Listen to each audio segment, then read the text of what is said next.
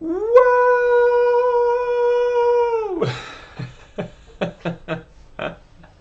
Hey everybody. Oh, are you as tired as I am? Because I am exhausted. Whoo! It's been a week. How are you all doing? I'm gonna go ahead and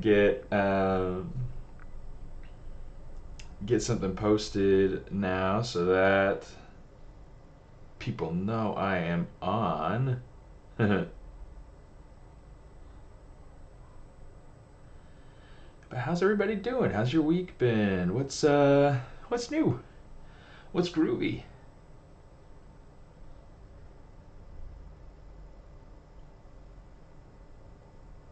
What is good? Aw, thank you. Very tired. Sorry, you're tired, sis.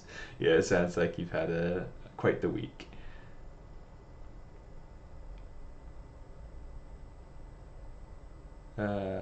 Pixelogic.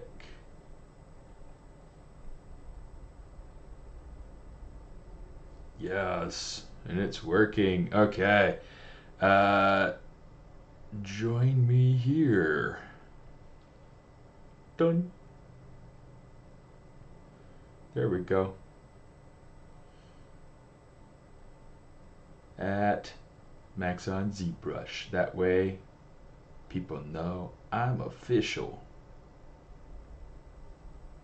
Let's make it white so that people can see. Okay, there we go. Cool. And actually, let's move it away from the join me here button so that way it's a little bit better space.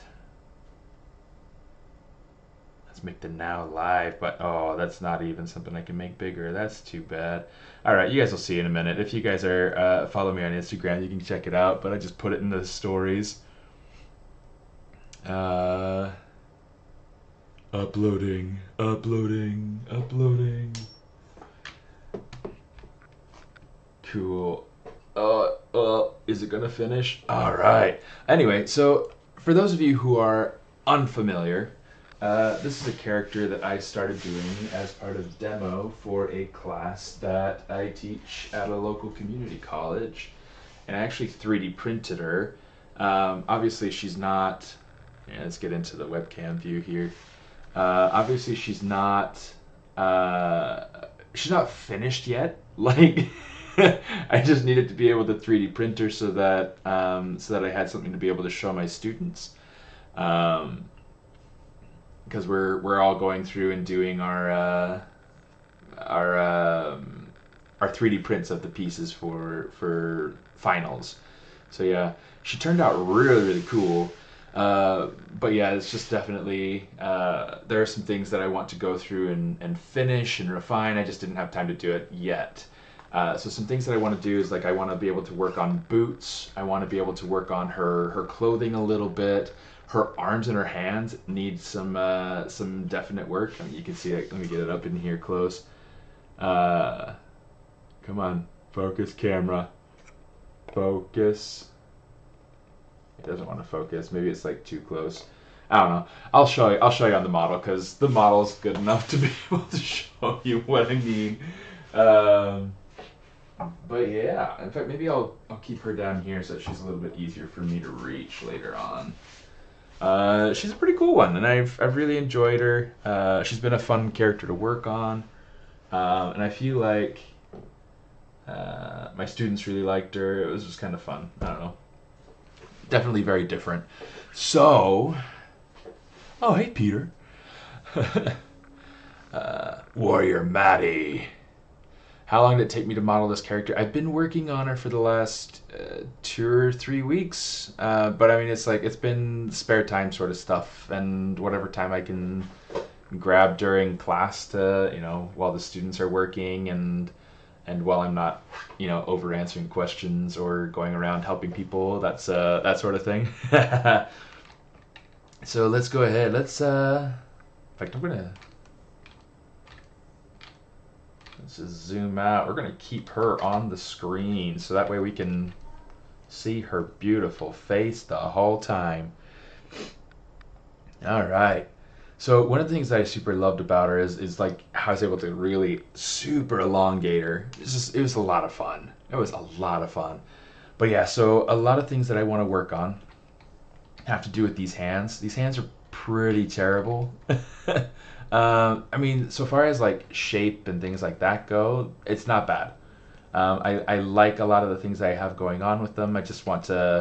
I want to enhance the shape language. I want to refine some of the anatomy going on in there. I like what I have happening with the thumb. I want to put some of that shape language into the rest of the fingers and get some refinement to like the fingertips. It's going to need a little bit more topology to be able to do that. The other thing I want to do is I want to refine these fingernails. These fingernails are both super shallow, and also it's just kind of making a weird scoopy shape that I'm not a huge fan of. So instead, I want to make maybe more of like a sharp tip acrylic sort of feel. Um, I think. And then there's a lot going on in here that I'm not a huge fan of. I might go through and kind of resculpt some of this. I might take this hand that's going across her chest. It's like I really like this pose, but something that I'm not a huge fan of is that this hand is so crunched right up in here, and it doesn't feel quite natural. So that's something I kind of want to go through and work on. So we'll see what we can get to today. I do want to add something here so that these straps make sense and that they're not just straps for the sake of straps. Yeah, people make stuff like this in Blender all the time.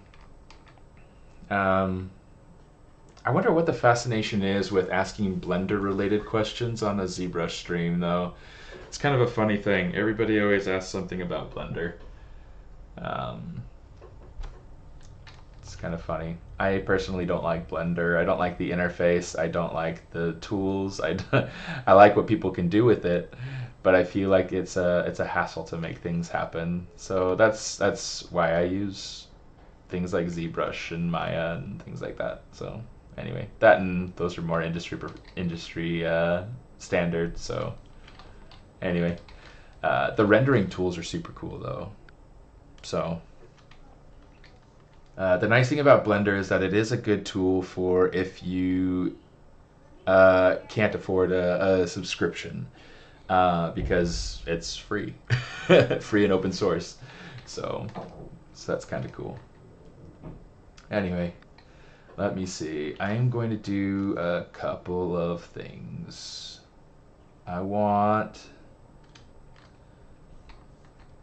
Okay, so there are a few things that I know that I did with the 3D print file that are not reflected in here. One is this bit right here.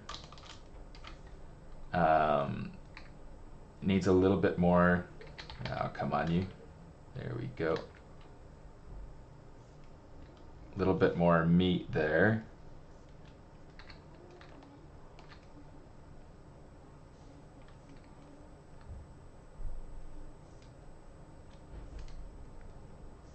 Cool.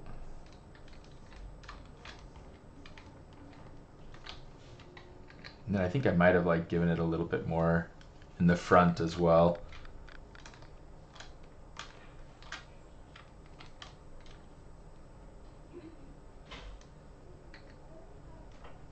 Most of what I'm trying to do is kind of boost the feeling of anatomy in this in the character. Kind of pull that out so that it's not clipping through so far that it loses its volume.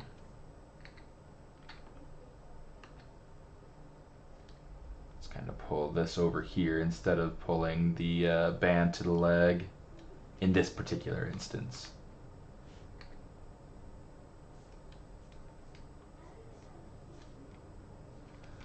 That'll do. That'll do, donkey.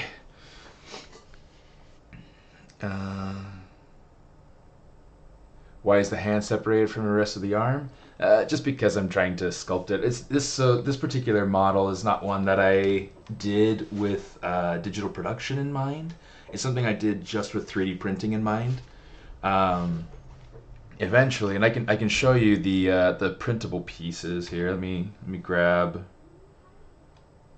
There's that one. There's that one. What's the difference between the two of those? Here, let me just go ahead and scroll down.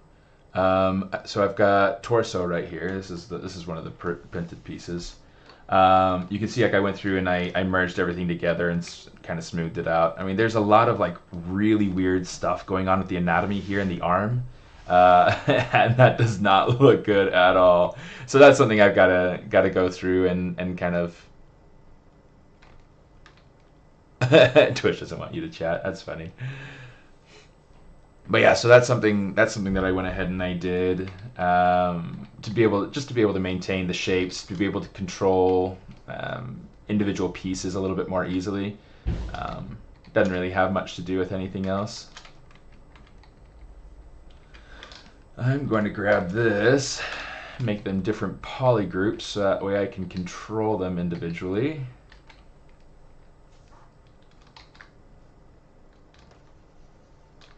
Oh, I gotta turn off my RGB for my smooth too, so I don't ruin my colors. So the thing that I want to do now, the reason I'm working on this now instead of something new, is that I want to try to refine the anatomy and refine the sculpt so that it's something that I can put into my portfolio. Because I really like this character. She's been a lot of fun to play with and to turn out. Yeah, can't go wrong with purple, right? I have a buddy that I work with at Blizzard that he loves purple. He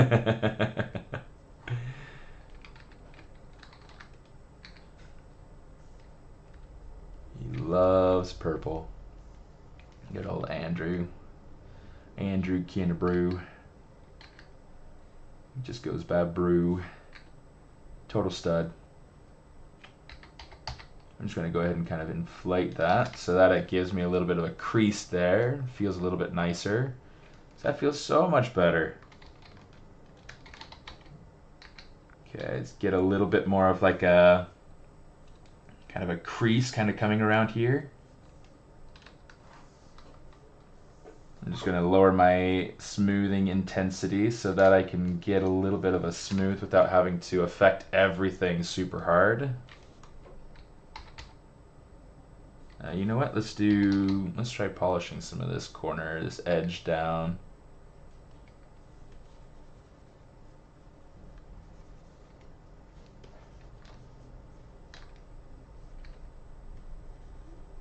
Let's get kind of a sharper elbow here, maybe. So this is kind of one of the fun things about these side projects is that it's all designed for me. It's like it's just a chance for me to just go in and play. Okay,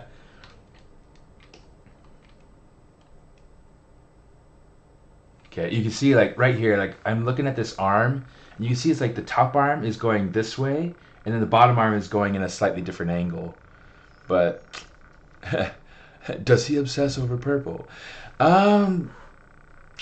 I wouldn't say he obsesses, but if you say your favorite color is any other color, he tells you it's the wrong answer. So, yeah, you know.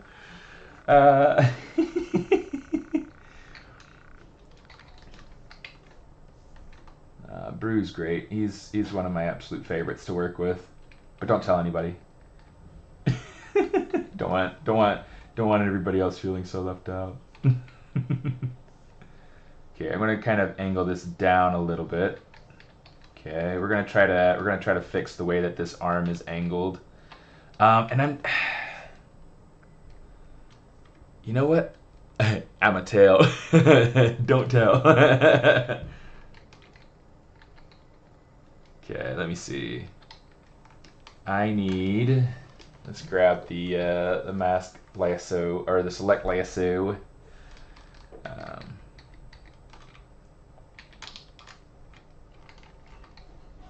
Okay, and then let's grab. I'm gonna mask that guy out. I'm going to turn on my pizza boxes. Grab just those two guys right there, and then boop. Did it work? Nope, it didn't work. Let me see, let's kind of reset that rotation just a smidgen for the pigeons. Now it's a little bit too far in. Let's see, take it a little bit out. It's kind of hard to judge when it's in that mode, but you get there eventually. Cool, so that's looking all right.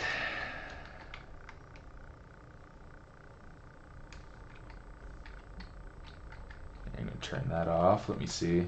Did I get it? Yeah, I kind of got it. That's fine. That'll work.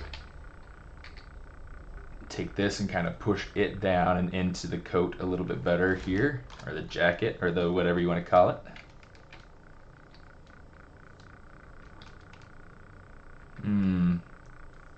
Now I'm trying to think, like, do I want this? You know, let's put this kind of on top of the cuff from the sleeve here. Make sure that's coming out from underneath because, you know, it would be. Does he obsess over purple? Time to tell him. Alright. So, my big goal. Alright, we're getting some progress here, and this is working out. Yeah, let's grab this arm here. I'm gonna kind of refine this this shape through here. Hey, let's get stronger smoothing.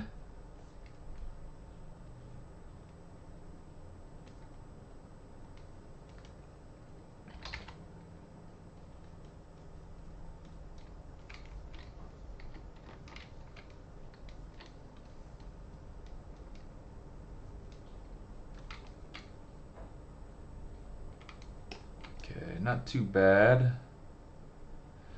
Okay, something I might do. And you know what? Let's try it inside of Transpose Master just to test it. Let's hit save. In fact, I better version up to save as 8.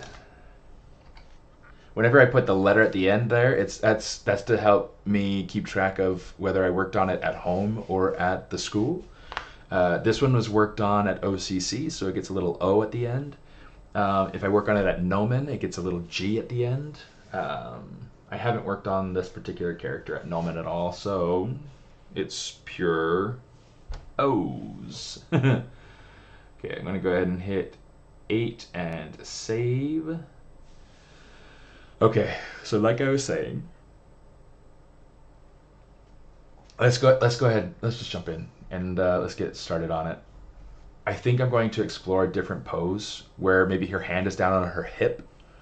So let's grab this and this and this. Control Shift A, so that way we have that whole arm. Okay. I'm going to mask that. Let's invert this.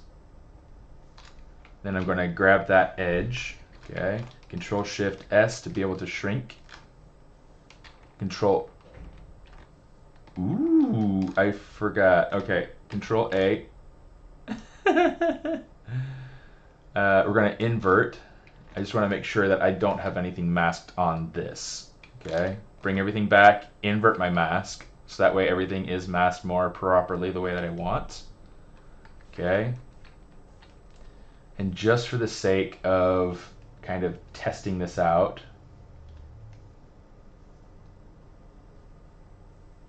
like I'm not even going to bother like refining the arm at all for this particular step. This is just me going through and kind of testing.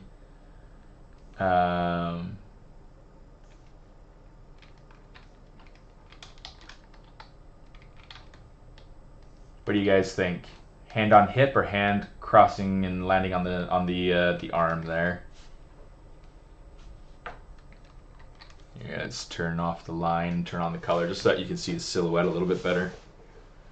Because that silhouette's definitely reading a lot better.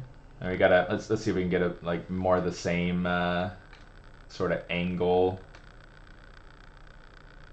Okay, it definitely like cleans up a whole lot of what's going on there. I think I kind of like it. I kind of like it. What do you guys think?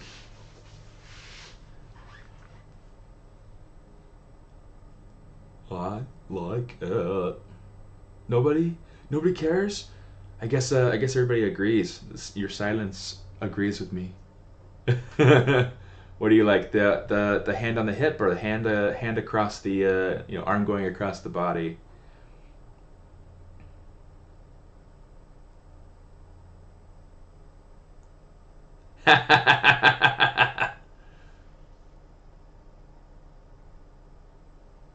Yeah, I agree. I mean, it's like the hand cross is kind of it does have like a lot more personality to it. If I'm doing that pose myself, like it doesn't feel super comfortable. It feels like a single moment, like maybe she had her arms crossed and she's just like whatever sort of thing. So she's like in the act of saying something or interacting with somebody. With it on the hip, it's just kind of like it's more of like I guess a presentation moment. Um, but I do feel like I kind of like.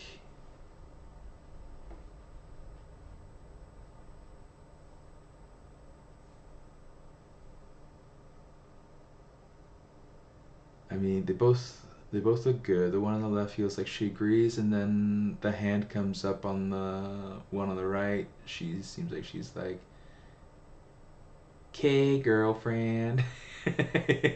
That's interesting. That's interesting. Okay. Slight air of smugness adds a bit of knowing personality, being sassy. Yeah, and I do like the sassiness of it.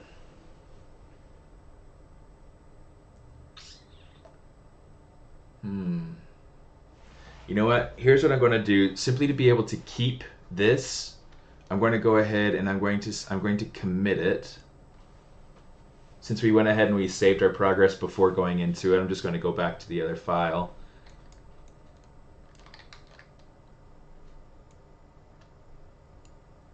I mean, the hand needs to be changed so that it's in its position. I'm going to say save as. Let's go ahead. I'm going to say 8B, so that way we know that that's an alternate version, and then we'll just go back to A. Okay. I want to go ahead and do a new screenshot of this lady like that. Yes. Okay. So now I just have to go through and kind of figure out. So one of the things that I had to do to be able to make this pose, feel like it's somewhat working. Her breasts were like super clipping with everything over here, so it's like I had to like super push everything over, make room for the hand, which is, I mean, that's fine. It's anatomy, right? So I just had to make sure that I was working through that. This hand is definitely going to need a rework. So what I'm going to do, I'm going to go ahead and turn that hand off. Whoa, and all of a sudden there's so much more room. Wow. Look at that. Oh, I'll just leave it like that. Just kidding. Poor girl needs a little bit more than just that. Ooh, she could get some bracelets. I want to put like some like leather bands and like leather strands with beads. That could be cool. Ooh, yeah. 'Cause she needs something. She feels like a little bit too bland. I'm trying to go through and add. Trying to add just little things that help to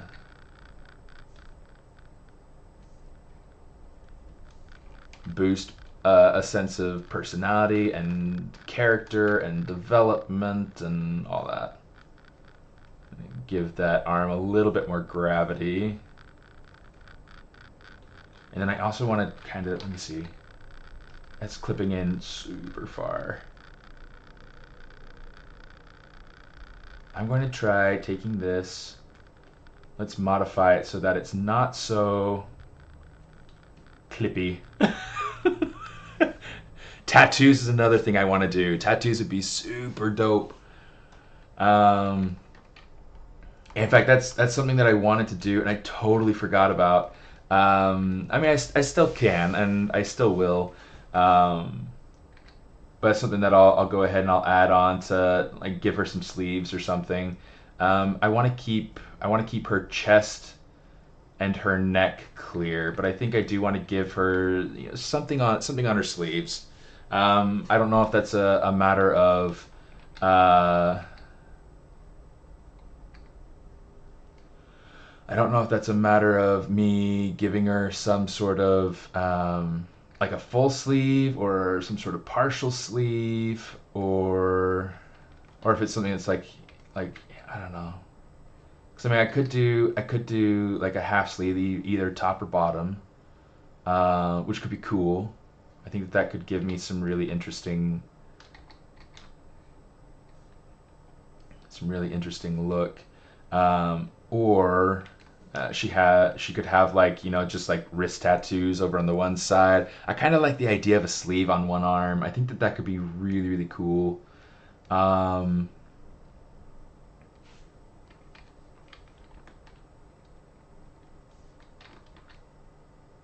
I'm trying to pay attention to these. It's like I both like and hate that. Okay, that looks better. That looks better.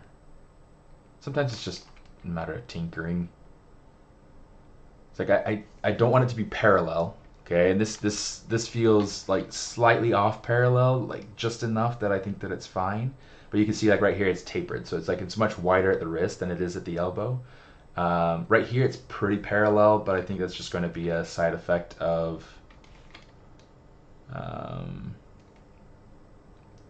just a side effect of life.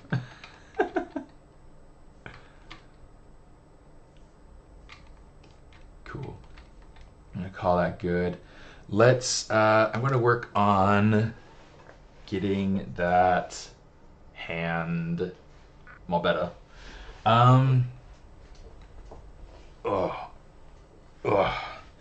Okay. I have an idea for something I want to do. Let's go ahead and hit save.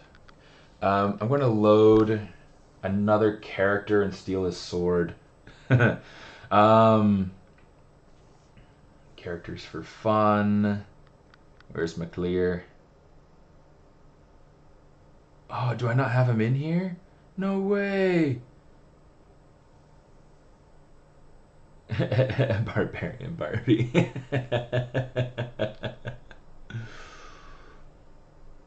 Boo. I swear I had McLear in here. Maybe I don't. Maybe I need to just forget about it for now. So the idea is to have... I wanted to give her like a rapier. A nice Spanish-Italian style sword. Because her theme, her character... Hey, Eduardo, how you doing? Her theme, her character... She's supposed to be like a cyber elf. So at some point I want to add some kind of like techie sort of element, but not super techie. How to create human face. I'm not going to be diving into that this time. But I do have a lot of other streams where I talk about kind of like the full process of sculpting, and we go through a whole bunch of different things. Shane Olson is a great resource for if you wanted to be able to see something from start to end, pretty much every stream. He usually likes to go ahead and do something start to finish. I like to do bigger projects that take, you know, various weeks to to complete. So yeah, just a bit about me. For those of you who are new, who haven't been on my stream before, I'm Steven Anderson. I am a senior character supervisor on Overwatch at Blizzard Entertainment. Um, I love what I do. It's a good life. Um, oh, that's right. Okay, I'm gonna take this. Let's kind of. I don't want that to be coming out so far.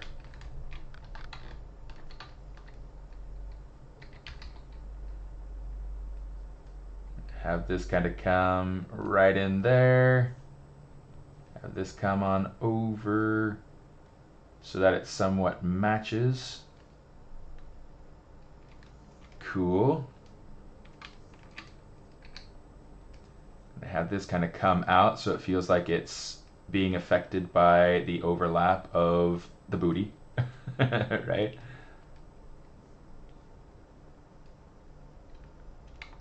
Okay, that could work. All right. So a lot of what I'll be doing with this character now is adding finishes. I have a lot that I need to do, so it's it's not like we're gonna run out of things to do anytime soon. Will she get a hat? No, I'm not gonna give her any kind of hat. I mean, I thought about doing all sorts of things with it, but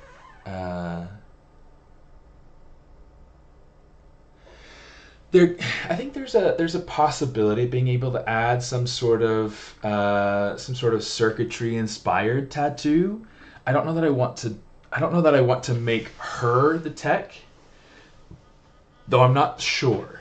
I mean, there's a possibility of maybe one day once I get into it, I can take these portions of the legs and maybe instead of being just solid stocking or whatever material that's supposed to be, I could maybe make that so that it has solid and then see-through, so that maybe you can see that there is uh, tech stuff on the inside or something. I don't know. That could be interesting because right now she's definitely much more um, much more como lo dijera, um, much more fantasy, which is kind of the realm that I started off with. The combination of ideas that I used to be able to put her together were were fantasy, magic, and space. Fantasy, space, magic. so so that's where I'm trying to put together, like, space opera. I'm trying to put together um,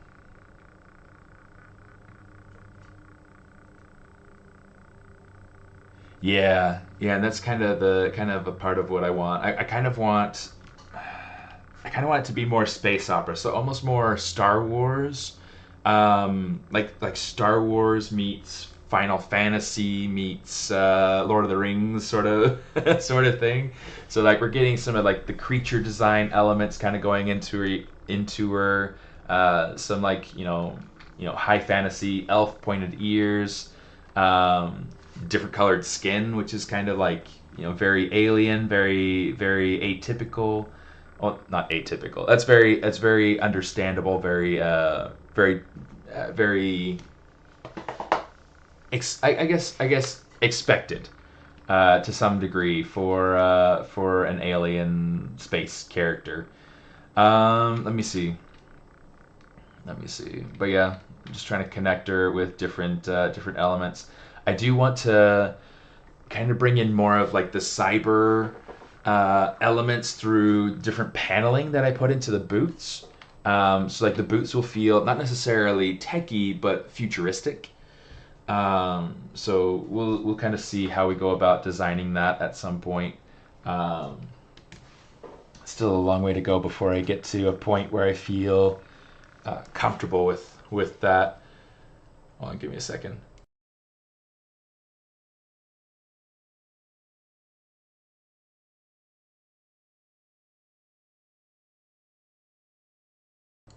All right, so let's call that cool. Okay, so far we've made a lot of cool, simple tweaks. which have been helpful.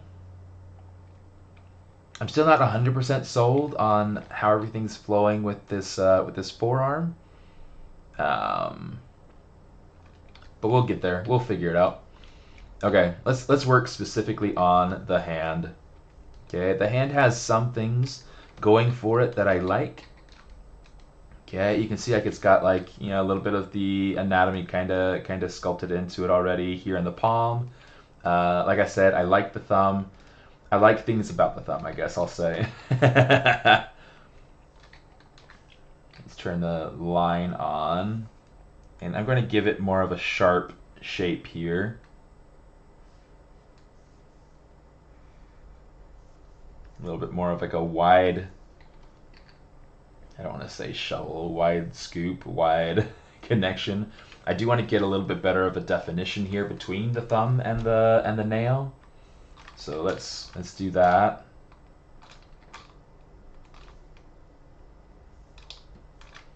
Bring that back.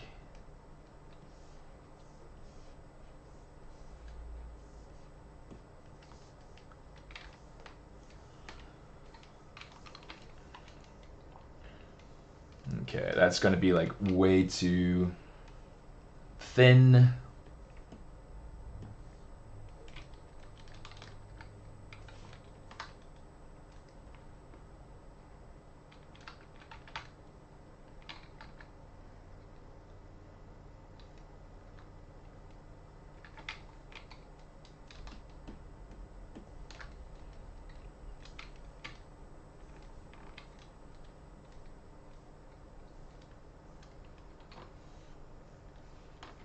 Give it a good little. Okay, so that's started. Here's what we're gonna do. We're gonna grab all this now.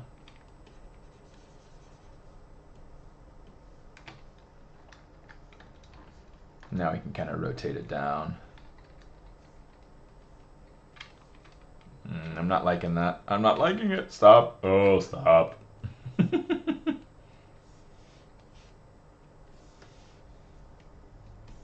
Kind of refine this thumb here, like the actual meat of the thumb. I mean, if I can't get the connected thumbnail to work, I might have to go through and separate out the thumbnail, which could be fine.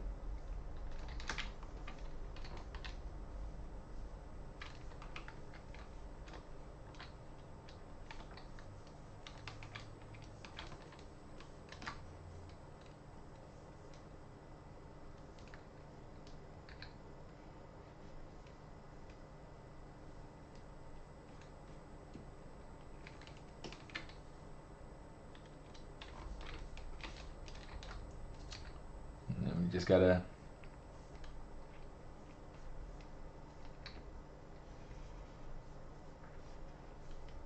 push back. You just notice I'm like going back and forth, trying to make sure that I'm checking things from different angles. The nice thing is I only have to do this once and then I can reuse it for the other side, for the other hand. Technically it's the same side. Danger nails. Cough attack, yep. What happened to the thumb?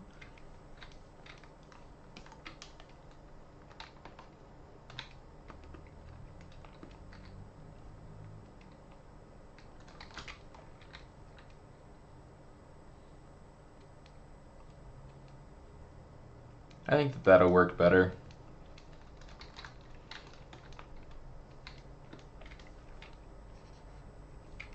Give it a little bit more of a swoop here on the back. And maybe, just maybe, a little bit of a swoop here on the front too. There we go. Shape-wise, that's so much better. There's a little bit here that we can kind of tweak and refine, but we're not going to worry too much about finagling it too much. Okay, so we got this interesting kind of shape where it's like bulby on the fingertip. So what I want to do is I want to try to define that for the other fingers as well.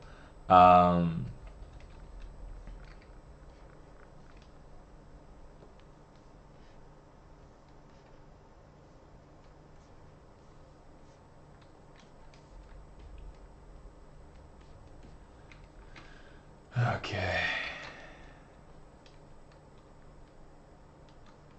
Now, let me see. These fingers are facing a somewhat different direction. Thanks, Buffalo. Very nail-like. Thanks, sis. Yeah. Yeah, I'm trying to make it feel interesting. Definitely a lot of back and forth, and I'll definitely like see things and probably tweak things as I go. And that's fine. I'm not I don't have my heart set on it being absolutely perfect the first time. I do want these finger shapes to feel very gestural. I want them to feel very very swoopy. Yeah, let's get a little bit more shape to that thumb right there. Maybe a little bit, take away a little bit of that right there, because that'll help to increase the feeling of that shape.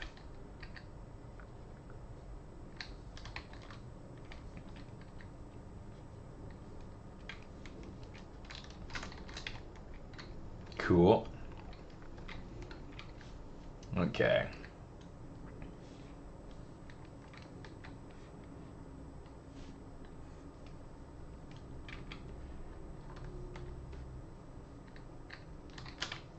Okay, so now for this, let's go ahead. I'm just going to mask that finger.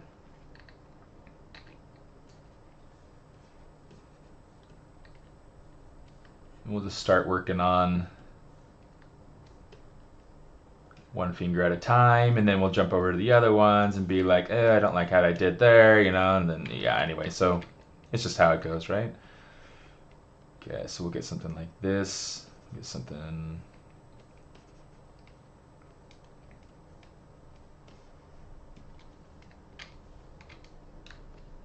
Okay, shape of that finger, so much cooler.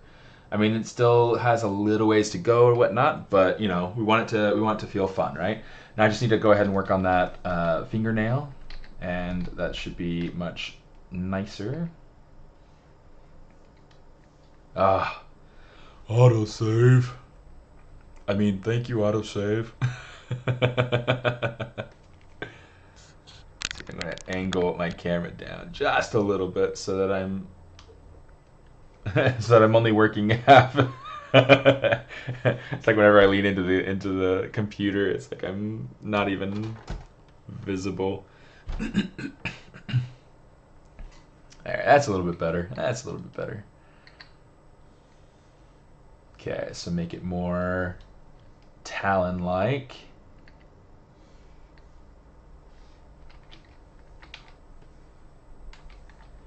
Get my mask back so that I can work on this with confidence.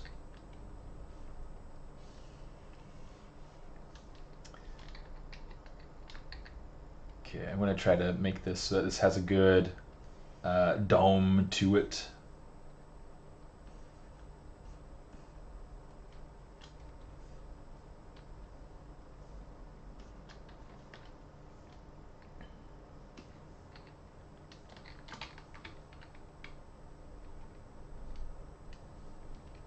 I like that.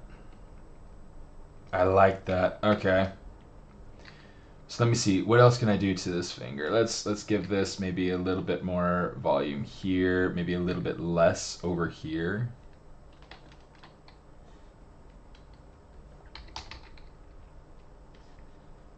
I had to change my move brush to the other move brush.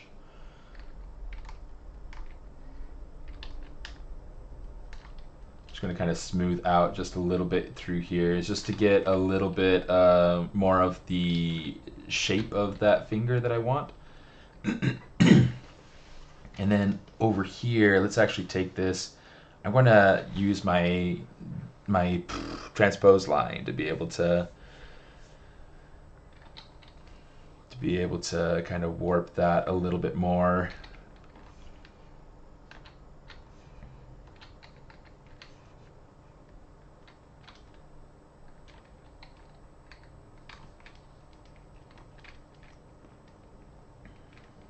All right. Next. Thank you. Next. I'm so Grateful for my ex.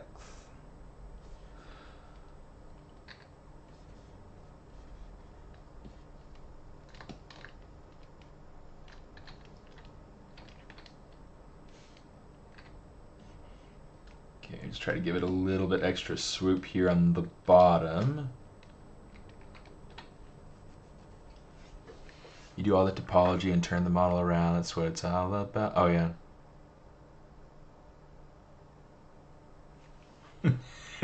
Too many syllables, though, sis.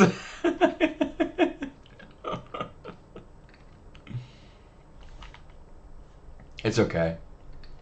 You did the best with the resources at hand.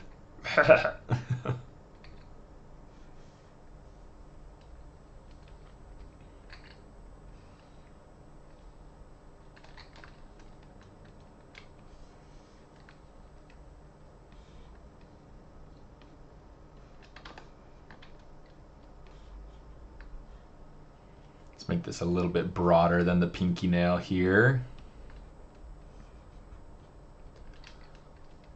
Not gonna lie, like doing super stylized hands like this, and this is all just meant as a sculpt, right? I mean, it's not meant as production model, so I'm not super worried about the topology being absolutely perfect. I'm just worried about the shapes being what I need. So let's.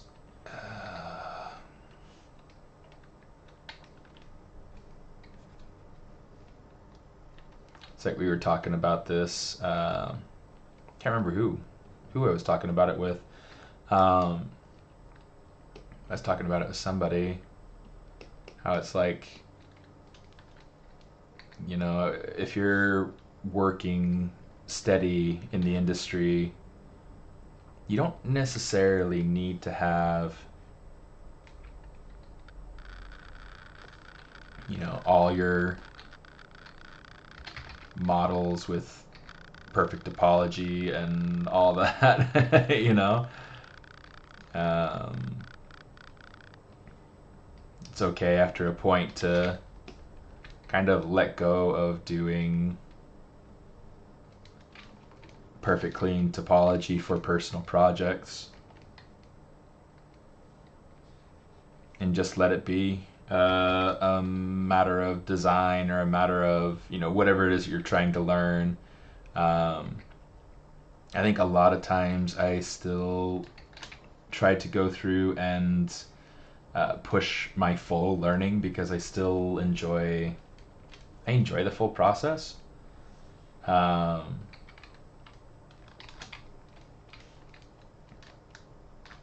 it really just becomes a matter of, you know, what you want to get out of it. That's all a personal project is for. You want to do it with an aim of getting something out of it. And those fingers are looking so much better than the other fingers. Like, look at how weak that looks, like how poorly defined that is. I still want to go through and add some definition to try to enhance the feel of knuckles and anatomy in the hand.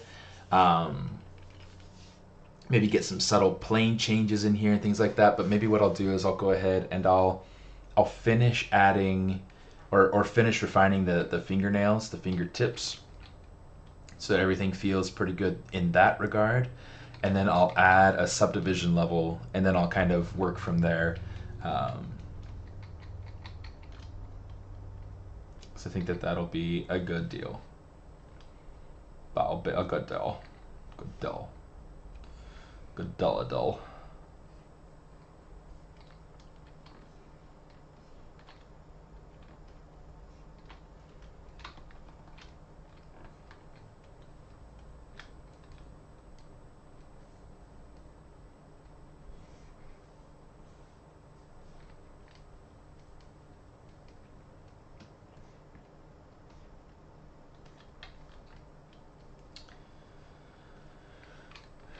Has anybody checked out my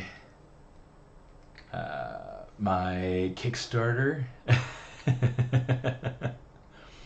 For those of you who have noticed, I've got my little shark buddy down in the corner. It's Brucey.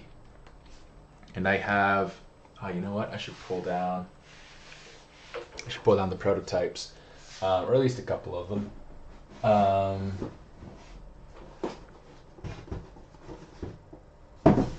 I'll just pull down Brucey for now. Maybe next time I want to show something else. Do promote. Yeah, I try to promote. But like algorithm doesn't reach very far. Let's go ahead and jump over to webcam view so that you guys can see. This is my first manufactured toy. This is Brucey. He's a vinyl shark. Piece of cake. Stop spamming words, phrases, warning. What? Did you really get a warning for saying piece of cake?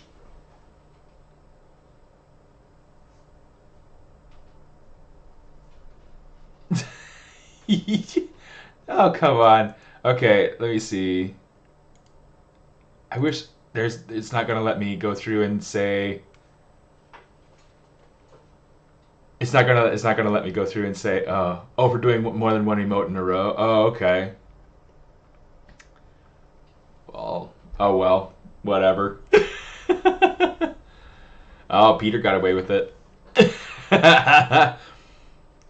But yeah, so that's this is that's Brucey. I've got another Brucey over here. This is Big Brucey.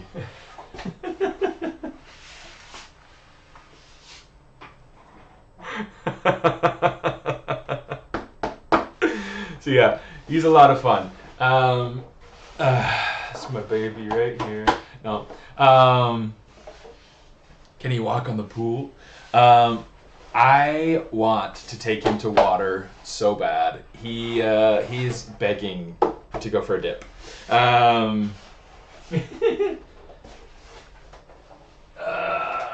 I should have done it a lot earlier to be able to promote the Kickstarter. The Kickstarter's got a very short period of time left. Let me go ahead and actually. Yeah, I mean you can see I've got a link down in the video description. And I went ahead and just posted my bio link, but I'm going to pull this up. You can see I've got my stuff up here. I don't know why it won't let me go through and change this, but it says just a moment. This actually goes to the Kickstarter, but there's the Kickstarter logo right there. So you click on that, you can see, boom, I've got 8 days to go, a little over a week. Oh no, video! I can't believe it. Okay, let's go ahead and let's get back to this. Yeah, a little fish bot. He's fun. So let me do this again. Since I was very rudely in the way, right over here I've got my site. This says just a moment. This goes to the thing. It wouldn't let me change the text for some reason. It was really kind of frustrating. But there's the little Kickstarter logo right here. The other place where you can find it is if you come over into SMAARTIST.com. You can see here's the actual the stuff here leads over to the Kickstarter. So yeah, different ways to be able to get there. The Kickstarter logo here, and then the information there on the website. Super fun. It's got a long way to go. So yeah, I just need to need to not get my hopes up next time. But yeah, I mean, if you guys are interested in being able to like see this and share this and all of that, like that would be super helpful because it's not letting me reach my 16,000 follower audience. It's like on Instagram. You can see, I mean, I've got 16,000 followers, but I mean, it doesn't get the reach that and if I go ahead and give the like see 252, 146, 220, Hammy got a good amount of likes there, so I guess people like Hammy. But yeah. What stopped? Mic clicking.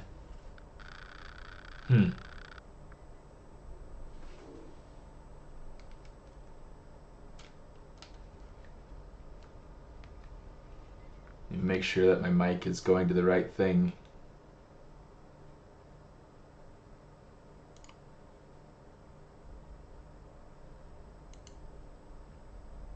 Should be.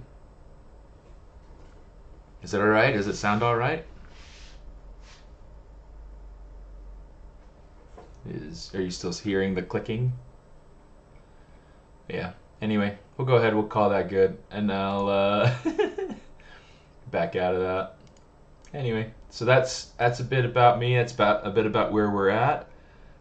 You can see I've got my little post here for Pixel Forge and Project Genesis. But yeah, feel free to check it out if you're interested. Share it with your friends. Guilt your neighbors. whatever you feel like you want to do.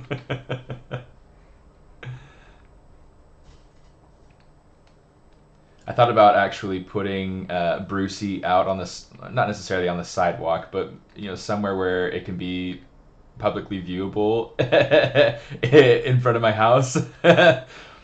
And but I haven't done it, so I don't know. We'll see.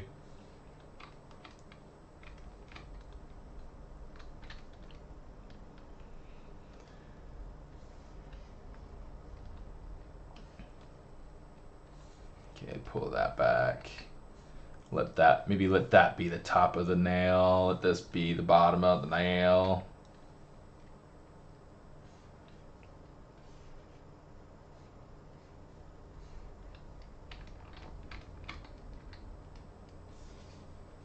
Just come backing in, pull this backing in a little bit.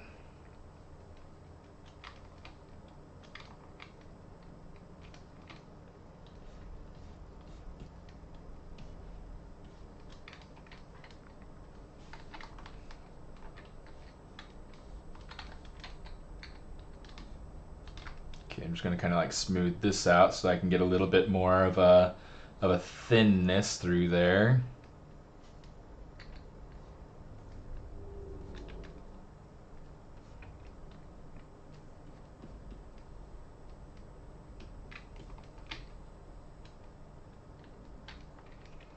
Okay, these are all being different shapes. So what I want to do, let's kind of refine the shape. I'm going to add a little bit more volume down below for the ring finger here.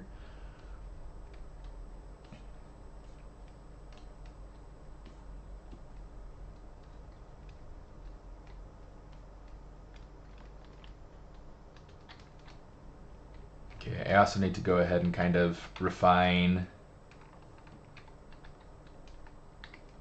where this is sitting here on the finger.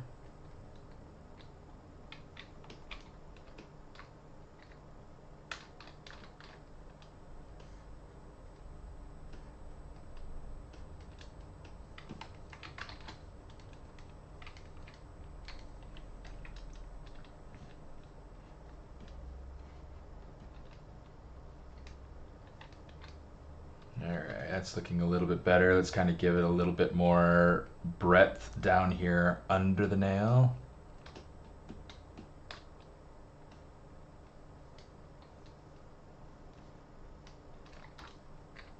It's like I'm trying to refine shape and also like not lose my sanity.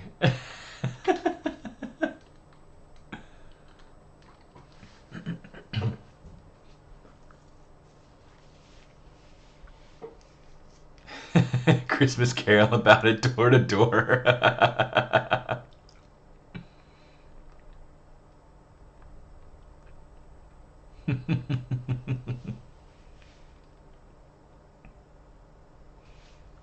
Yeah, someone probably would yoink it, so I definitely don't want to have it yoinked.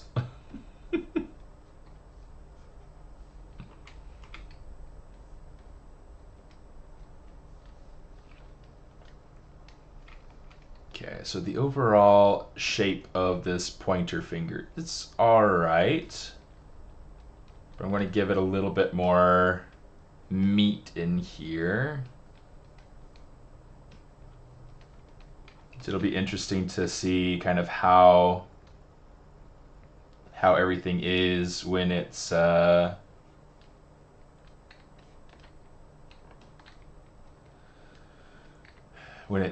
when it's the other hand and it's being pushed down into the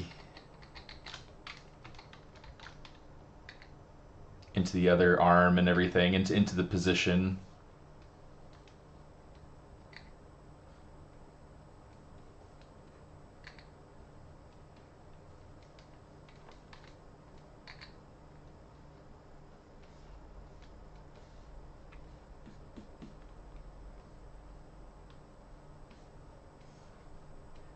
Okay, let's get that in there. Let's get, this is a little bit too long, so I'm just going to kind of pull it back some. Okay, which one did I do? I really liked that pinky. The pinky turned out really nicely, so I'm going to try to work with these a little bit better, get a little bit better hooking. Because I think that that'll get me certainly a more consistent vibe across these.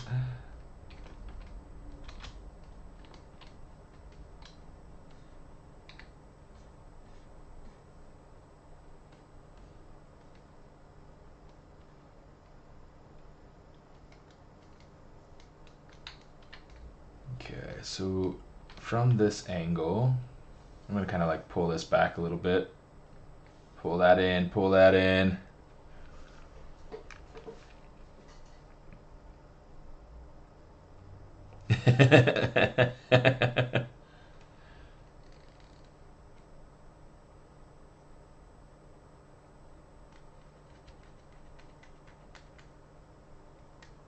The foil from my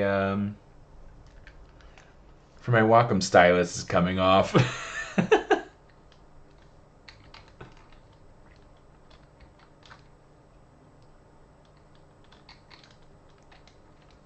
Okay, let's see about really accentuating some of these things. I feel like one of the things that's happening with this that I really like is that, okay, so I'm looking at this shape. You see it starts out thin, and then it gets thick, and then it gets thin, but it gets thick a little bit further down, and it's thicker back on the base than it is near the tip. Okay, so I'm looking at this. We got to get this so that this is wider here where it's leaving the finger, and then it's thinner at the tip. Thinner at the tip. Wider where it's touching the finger. Cool. And I think we're starting to get somewhere. I think we're starting to get somewhere, guys. So good. Okay. Groovy. Let's do this. All right. That's coming along, guys. That's coming along. We're doing something here. We are having an impact.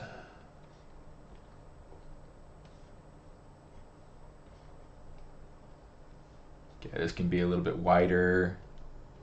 This might need to be a little less long. Let's kind of pull this back a little bit.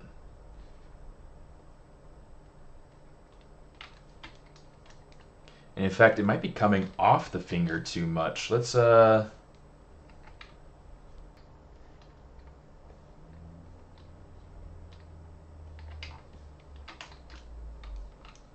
okay, and then the other thing I'm looking at, let's take a look at that pinky again. It's like looking at it from the side, it's like it's got this water droplet, like it's a bit of honey kind of rolling off of her fingertip. It's kind of funny. So I'm going to try to like modify the shapes here.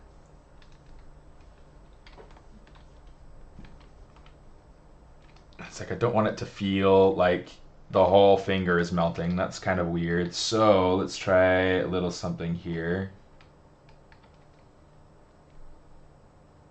Let's kind of pull that up a little.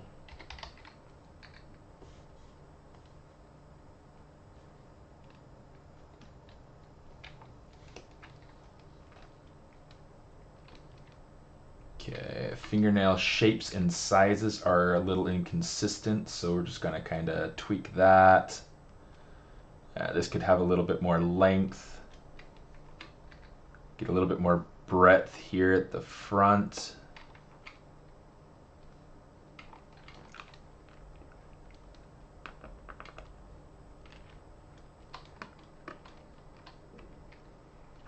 Yeah. Maybe a smidge. I'm just trying to get something that feels not necessarily animal-like because, I mean, she's supposed to be human. But I definitely want something that's going to read nicely when it's 3D printed. I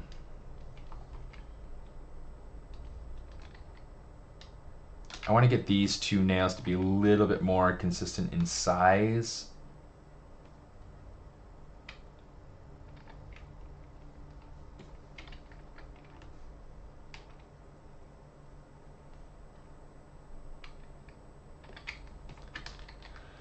That's better. And then this could probably be a little bit more consistent in size too.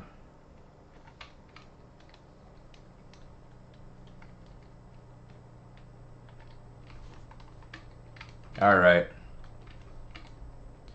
So as for most of the hard stuff, that's kind of there already. Okay. I think we're all right. So here's what we're going to do. You know what? I kind of pull that over a little bit. Because again, I'm thinking about this from the standpoint of 3D printing more than I am from anything else.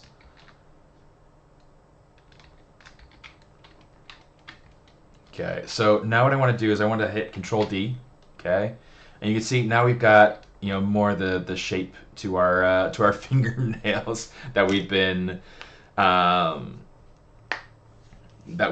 kind of pushing for.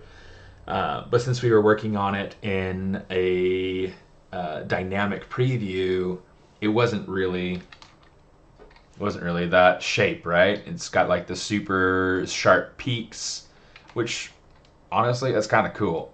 But we want it to be a little bit softer. We want it to be a little bit friendlier. You know, not necessarily like crazy sharp dangerous, just dangerous. All right, so I'm gonna come in over here. I'm trying to find ways to be able to plus the anatomy just a little bit based on what I have. I'm going to start sculpting in a little.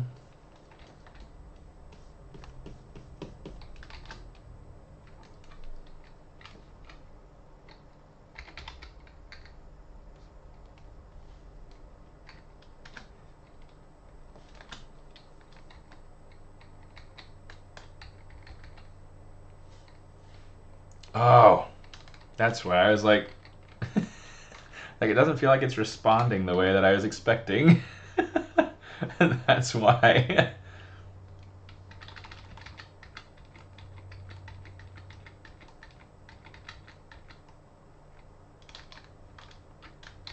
Okay, let's do it from here, and then we can go ahead and we can start.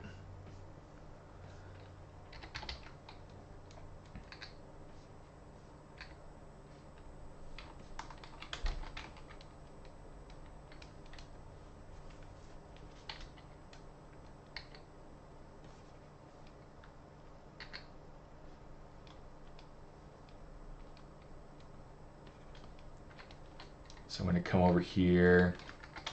Let's grab this little bit of finger here. Actually, let's try to grab it a little bit more on just this finger. There we go.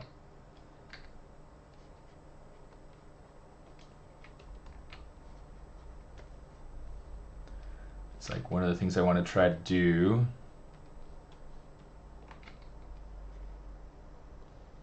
There we go.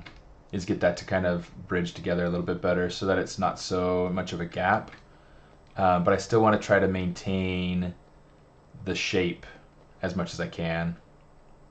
It's kind of tricky.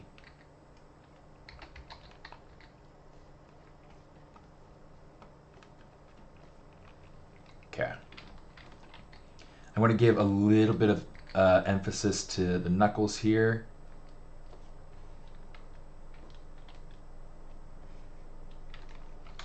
Now you notice like I'm not trying to make every knuckle feel like boom and you know, it's like I'm trying to keep it super subtle. In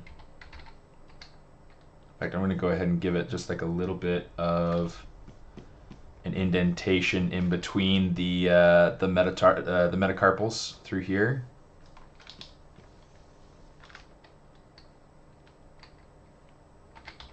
And then let's go ahead and use some trim dynamic magic to get a little bit more flattening through here on this other side.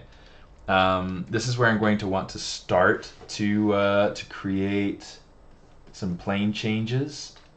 So here's what we're going to do. We're going to grab this and this. I'm going to say boom like that. We're going to oh, yeah, I guess that'll be fine. Let's hide the mask.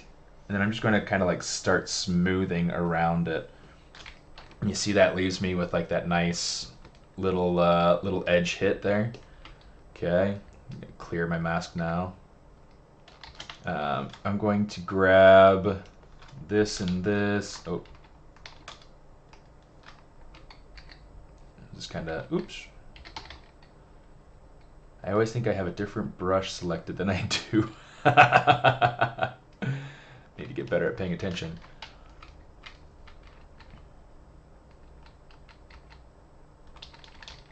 Let me see, let's do this.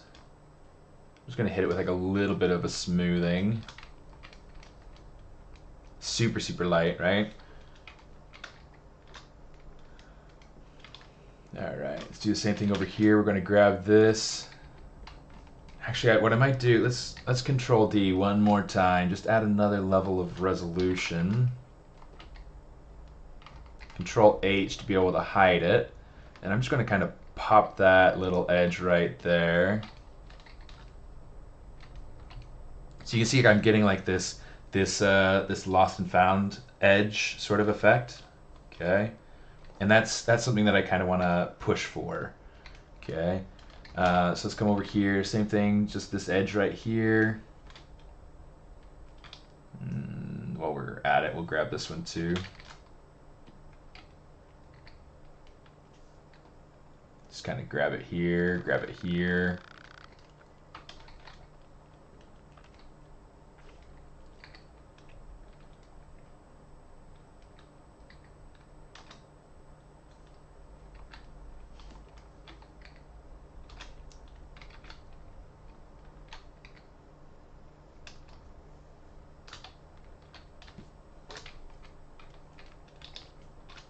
Just gonna try to like ease that out so it's not so crazy.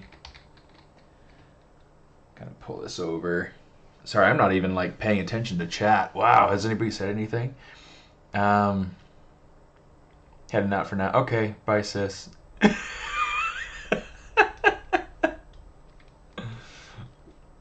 Hopefully she wasn't waiting around to see if I'd acknowledge her.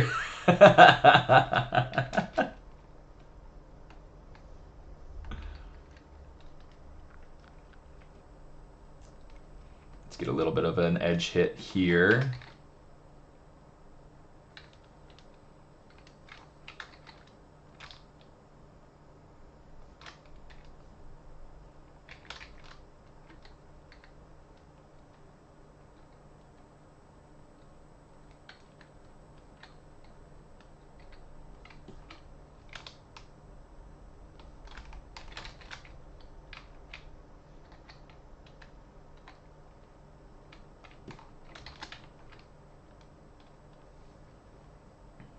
Alright, something like that. Down here,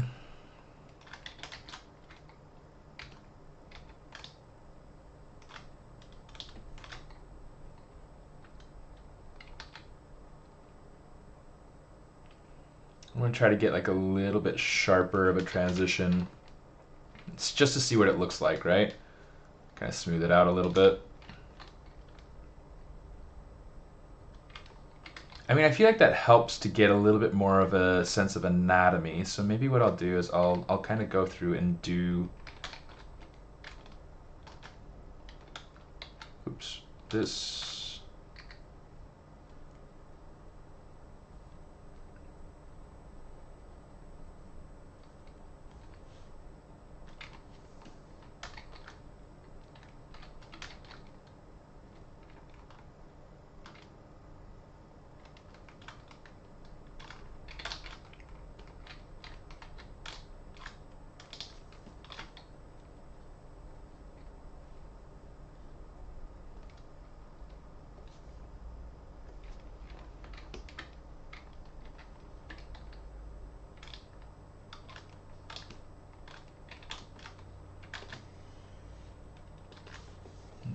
smooth that one out to kind of get it to follow a little bit more.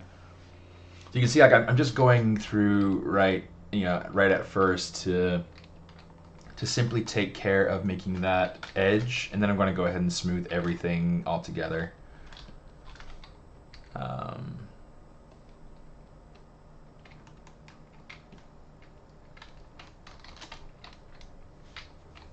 Okay, so now we can just go through.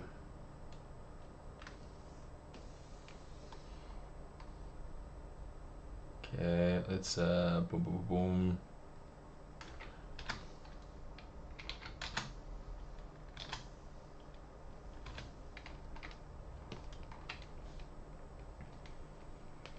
Okay, so that's getting some really cool hits here on the pinky and the ring finger. I'm liking that. So what I think I'm going to try to do is I want to try to bring a little bit more of that back into here.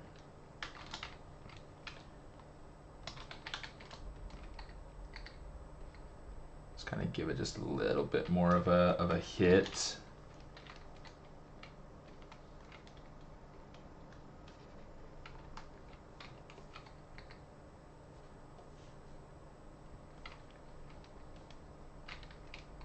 This is interesting too. I'm trying to look at this in a way of being able to get, see, like this is creating like this line right here. It's kind of creating like this bowl, this curve. I think that that's really cool. I think that that's working for me. So I'm going to try to emphasize that and keep that. I think that that'll help me to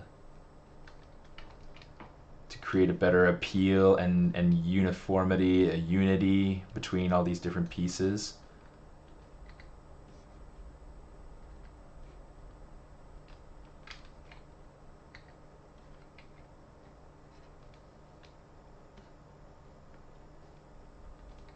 Make that slight bit smaller.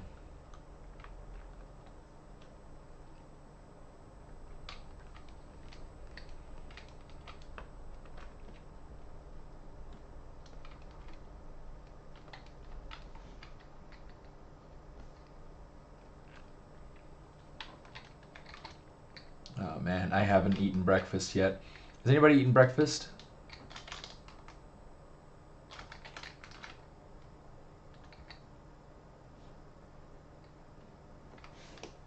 Give a little bit of hit to that pinky. The pinky knuckle.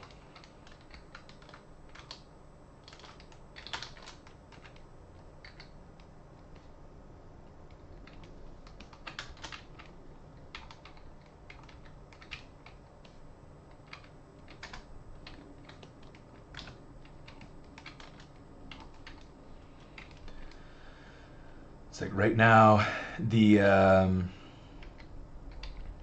that's not what I want. I want clay buildup. Right now, the ring finger is getting the biggest hit for the knuckle here, and I definitely want that to not be the biggest. I want it to be pronounced, but I don't want it to be quite as dominant as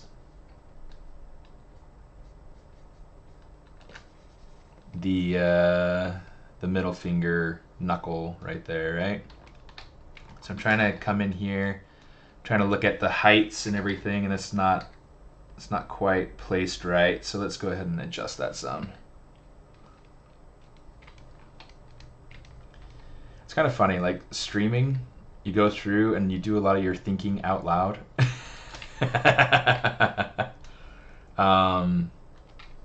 Whereas like if you're at work and you're in stream mode, then you start to like think out loud, people look at you like, Let's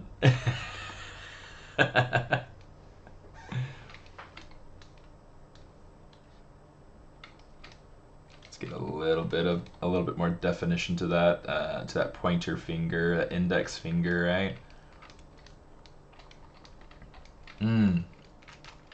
Let's get some more definition to that thumb.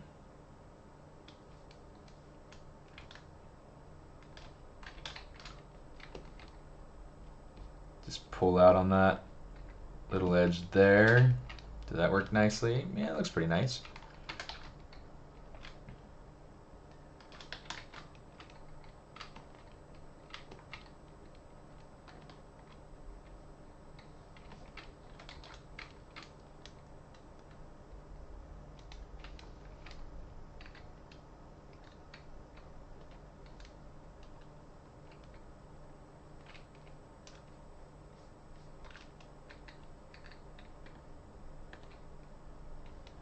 Cool. Cool. Smooth that one down a little bit. Okay. Purely because I already kind of like where the thumb is at. I'm not 100% certain that that I super want to. Yeah, it's fine. That works.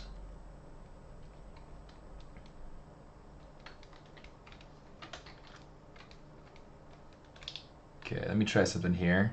I'm gonna grab this, come on.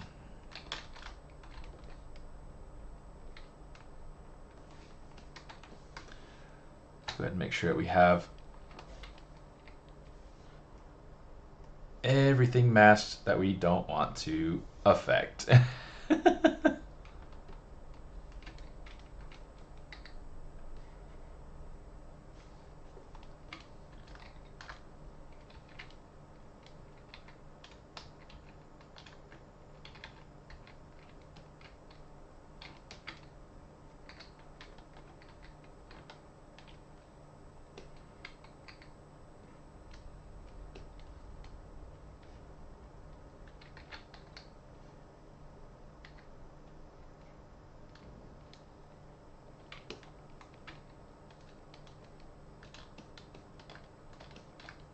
And try to, it's like I went through and I made that edge transition like super sharp, and then I kind of pull it back.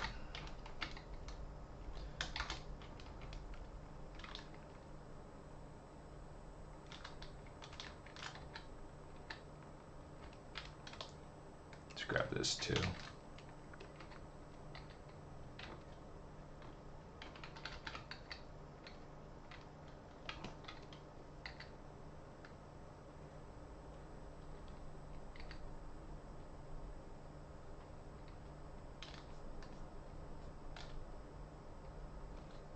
Alright, I'm like super quiet today. Breakfast is a myth between the bed and the stylist.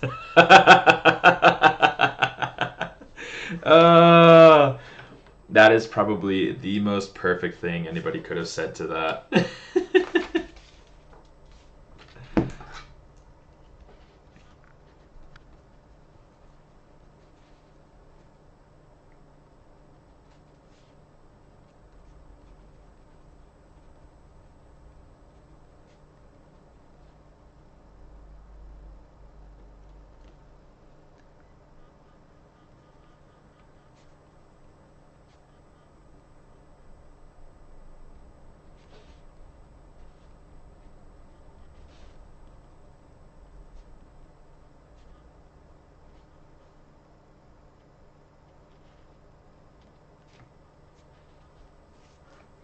That's funny. That's funny. The ever elusive.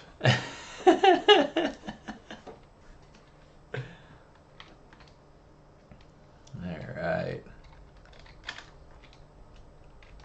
Let's emphasize this edge right here too.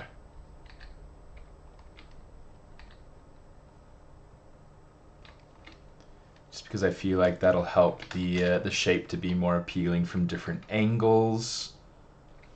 Let me see. I kind of want to get a little bit of a hit right here too.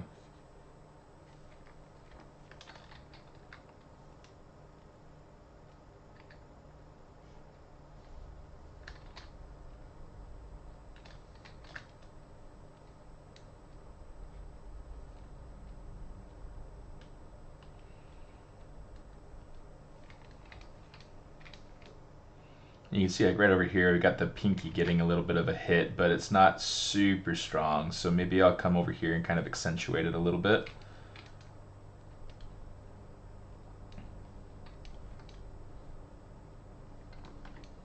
Alright, let's see. How does that look?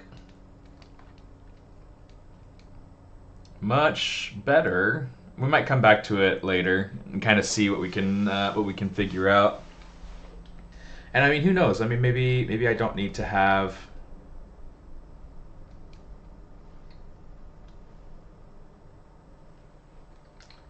I don't need to technically have these fingers Oops. Why?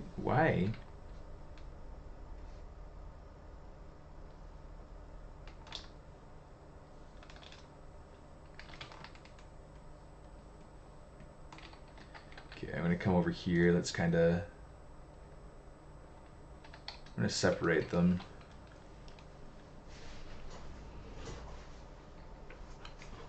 And I know that makes the pinky a little bit more vulnerable, but I think that that's okay. I think that that will be okay. Let's turn off AccuCurve. We don't need it right now.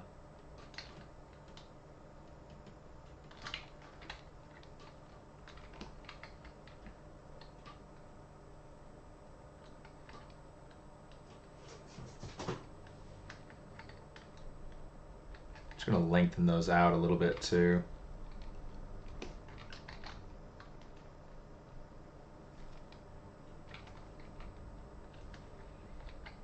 And hey, why not? Let's go ahead and grab this pinky.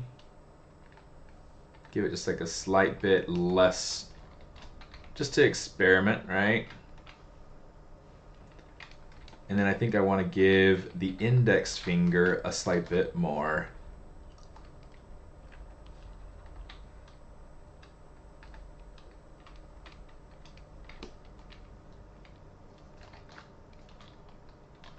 It super messes up the silhouette though.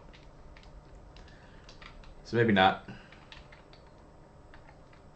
But maybe a little bit.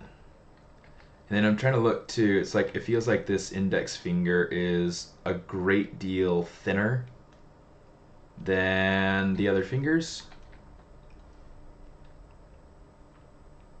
Or at least in the middle finger, like super, super noticeably thinner.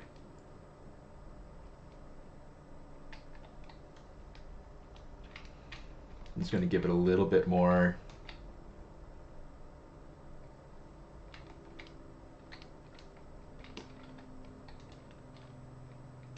I think that's better. I'll take that.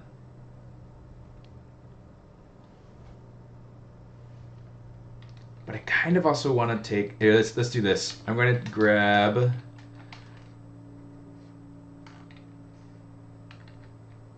oh, come on. That doesn't seem to want to function very nice.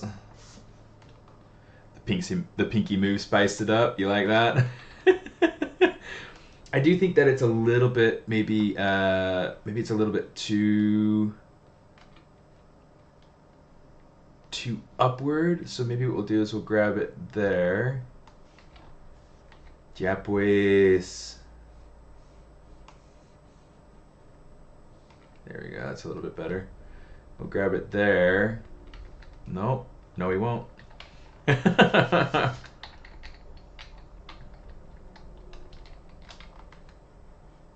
There we go.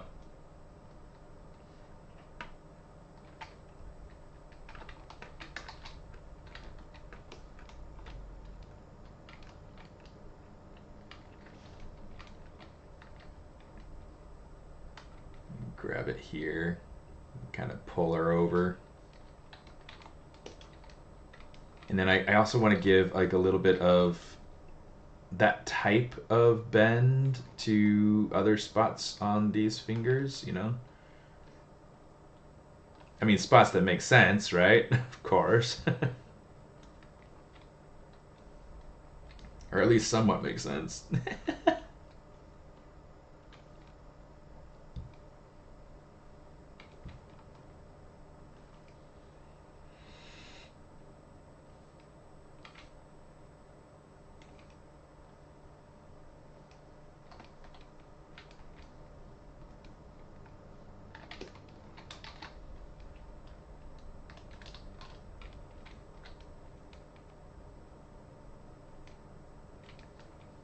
Now, one of the things that I'm looking at, the pinky is significantly smaller than the other fingers. I'm gonna, let's boost the size of this pinky just a little bit. Whoops, come here, you.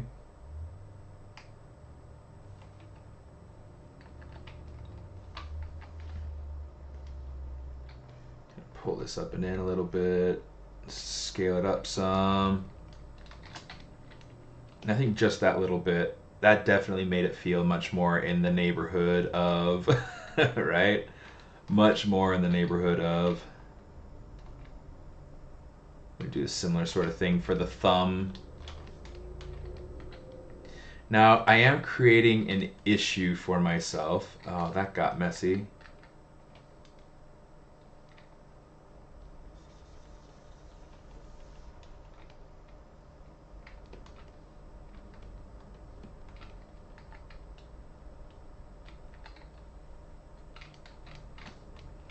I am creating a bit of an issue for myself because those hands, they're still massive. And trying to fit those hands into the crook of the arm right there, that's going to be a little bit tricky to really pull off. I think I'm up for the challenge. Are you guys up for the challenge? I'm up for the challenge. Let's go ahead. Let's do this. I'm going to kind of pull this away just a slight bit.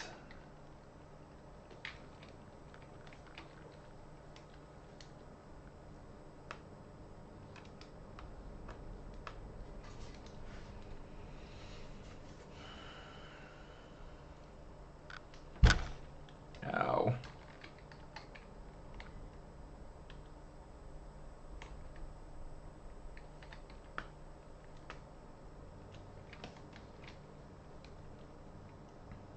There we go. That's pretty cool. That's pretty cool. All right. What are we going to do now? What are we going to do now? I'm still not 100% sure that I'm fully settled on that hand. Just for the sake of making sure that we have it, kind of, just for the sake of blocking it in or whatever, we can just come over here. I'll bring it up to the highest subdivision level. We're going to say deformation mirror. So that way we have a right hand and a left hand. Let's position this right hand.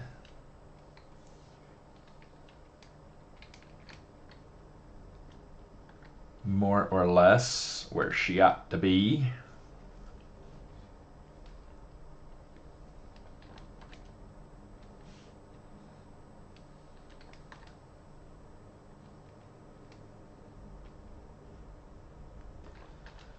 I'm going to kind of rotate this. I have no idea exactly how I'm going to... Oops, don't scale. I definitely don't need more scale on that. Just kind of place that right in there somewhere. Okay, so you can see like just how large this guy is. Oh my goodness.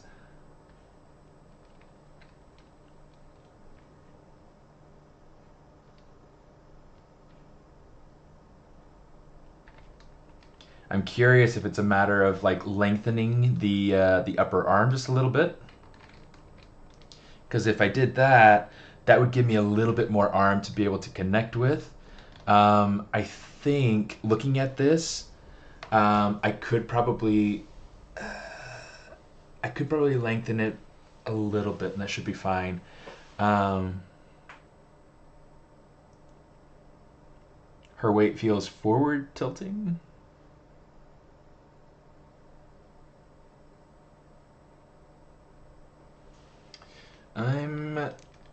Oh, this is just a screenshot. This is literally not the way that she's tilting. Like she's nicely centered. I just didn't have her nicely centered when yeah. She's fine. She's fine. I appreciate the concern though.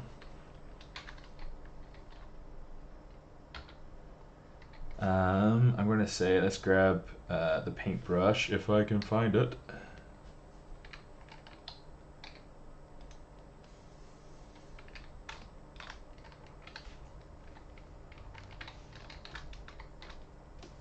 Make sure that those are the right colors. Looks like having that extra blue in there was kind of odd. All right. Yeah, not a big problem. I'm just glad I understood kind of what you were talking about. I had to think about it for a second. Yeah, I don't know if you guys, I don't know how many of you guys were around when I showed at the beginning, but yeah, just gotta jump over into webcam land. Um, I have 3D printed her. And this is not like the final 3D print. This is something that I'll definitely go through and kind of redo. Um, but yeah, it's like super blown out. The lighting is like super. It's like the house next to us is like all the light from the sun is bouncing right off of that wall right into my window. But yeah, she turned out super fun. Um, There we go. So yeah, she's fun. She stands. She's great. There we go. I'll just leave her there. She's just in my way is all. But yeah, she's cool. I have the hair is detachable, so kind of what she looks like without the hair.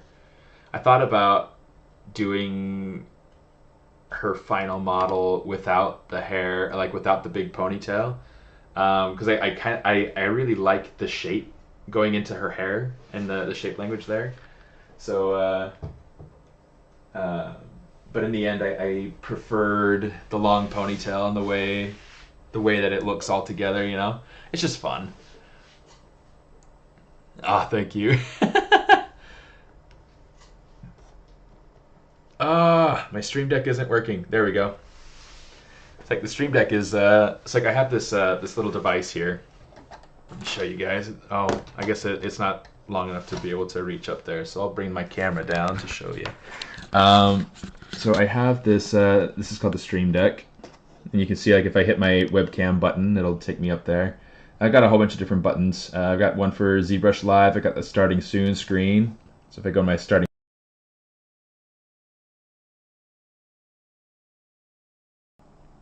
it goes mute. But you can go through and get the different views. This one's to start and stop the stream, so the stream. So I won't do that. But I've got different pages. It's just kind of fun. So over here I can go ahead and just push the Cintiq, and now I'm just seeing my Cintiq. No webcams, no extra overlays, things like that. Really cool. So yeah, it's a really cool thing. For some reason, it was having some issues working just now. It seems to be all right for the moment. So we'll press on. Yeah, 3D printing has gotten super solid, and it's just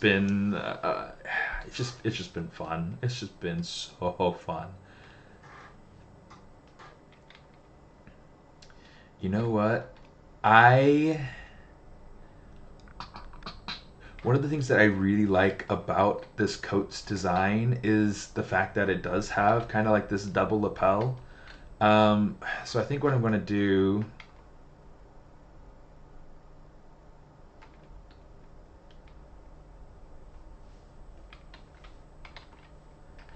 I'm going to try to get this so that it feels a little bit more, so that it's going on top of the arm rather than...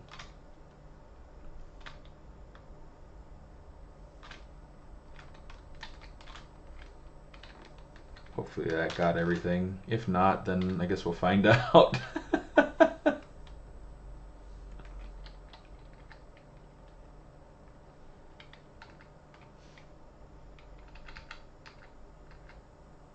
Okay, maybe I won't soften the mask then. Let's just do that. Alright, there we go.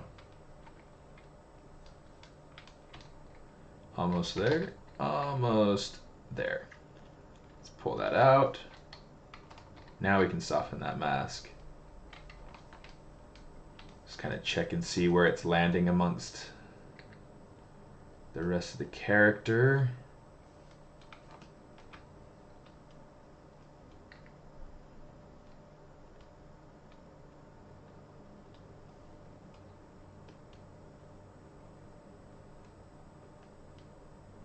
Cool.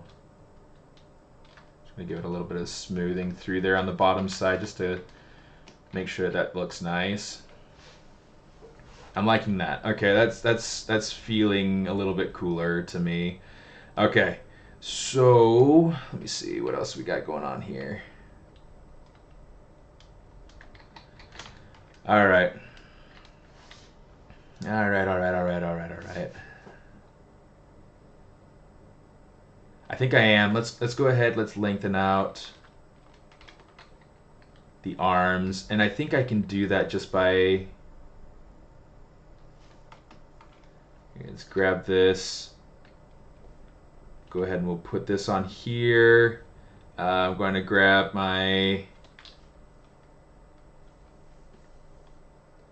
this subtool, grab that. And I'm just going to kind of pull it out until it's about to the end of subtool. That feels cooler. Okay, so I'm going to do. I'm not going to grab everything here. Let's just go ahead and grab the one. And I'm just going to kind of pull this out.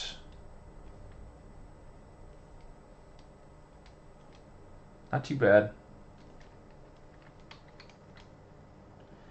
Now the thing that I want to do is I want to bend the rest of the arm up to meet.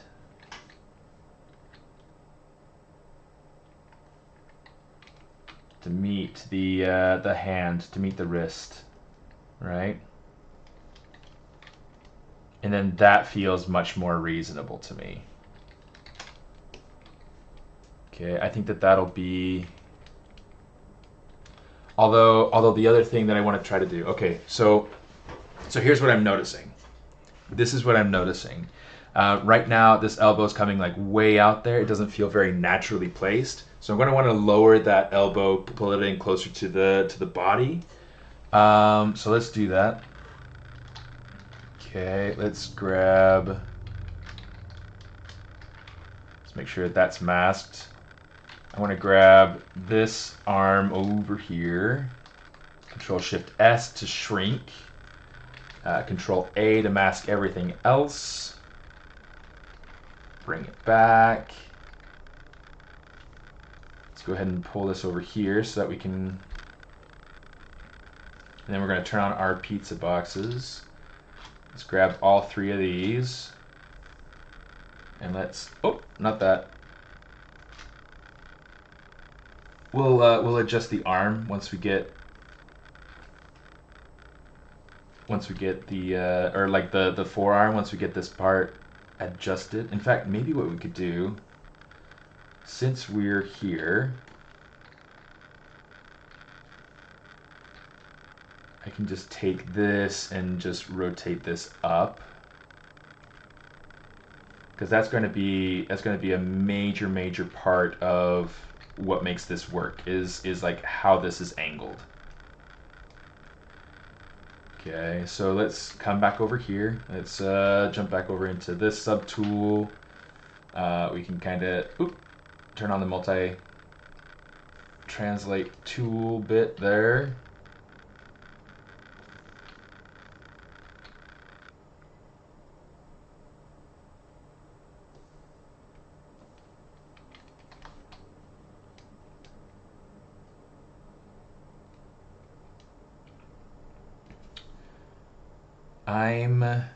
Oh no, I've got to replace that.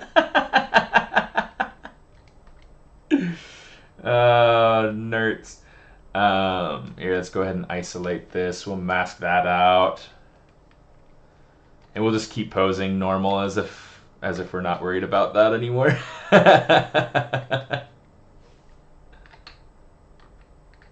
Well, shoot. Okay, I'm just going to kind of pull this over.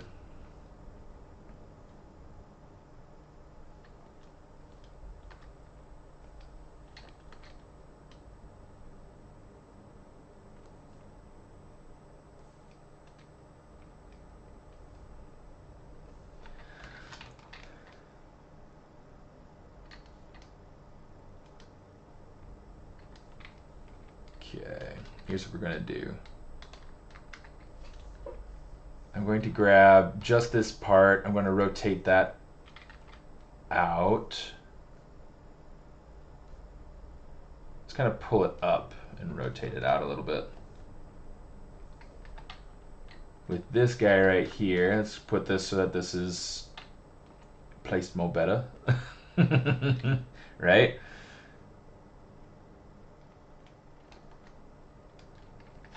With this, let's go ahead and kind of like rotate that so that's facing that bit. Let's grab up here, rotate that so that's facing more up that bit.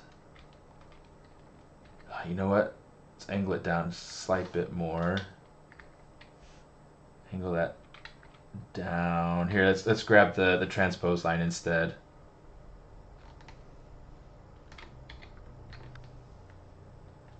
Kind of rotate it and move it a little bit here.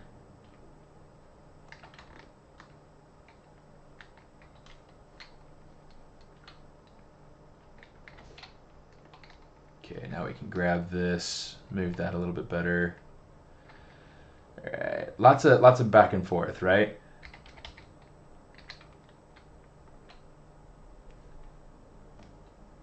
Cool.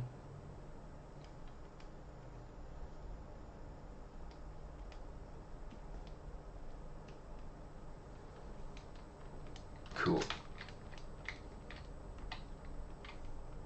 We'll invert our mask so we can kind of bring the rest of the jacket over a little bit better. Just so that we're not like overly crowding everything else.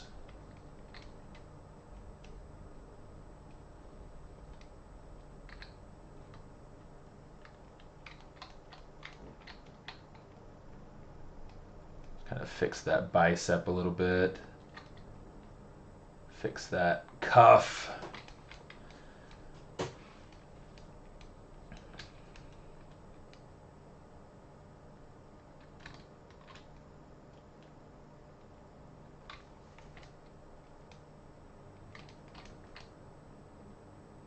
Okay. This is looking so much nicer. Okay, since we have the one cuff in place, let's just go ahead and kind of get this new guy in place. Oh my god. Oh, why did I do that? Okay. Get the masking back. Invert the mask. I hate it when that happens, right? Where it's like you're going through, you're masking, and then all of a sudden, or like you do something that you feel like is very specific, and the computer's chosen to do something completely different. Yeah,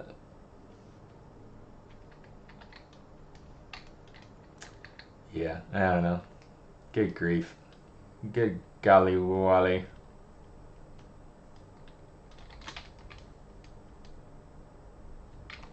Cool. Okay.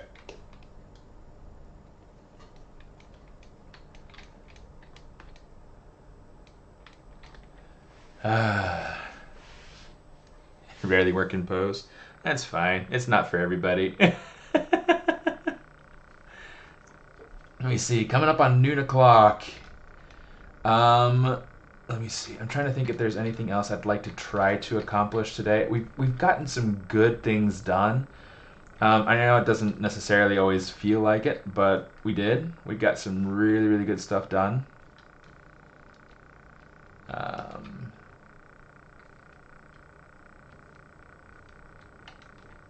Oh, you know what? I kind of like that that shape there. I feel like it mimics the what's it called? The thighs a little bit. Here, I'm going to go ahead and kind of build in these folds a little bit here. That'll just make it feel a little bit more interesting.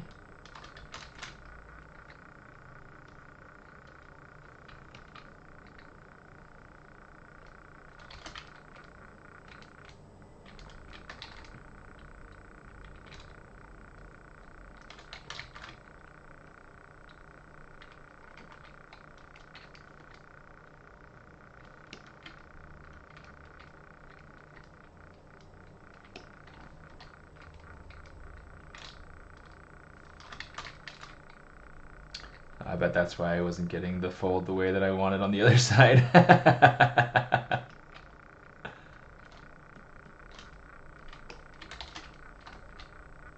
There we go, get something like that. I want to get, let me see, we've got that coming out. Let's grab this, and I'm going to give this a little bit more of a peak.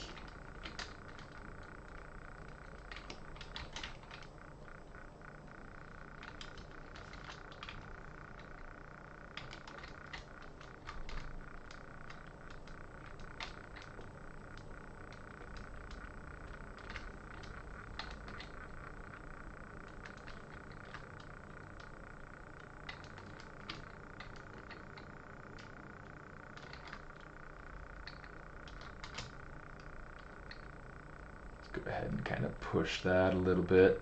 Let's pull this away from the body some. Let's grab the cuff right over here. We'll kind of pull this in a little bit so it's not clipping so hard. We'll kind of adjust both pieces around here, just to, you know, we're trying to make sure we're adjusting on all sides so that things are adjusting to each other.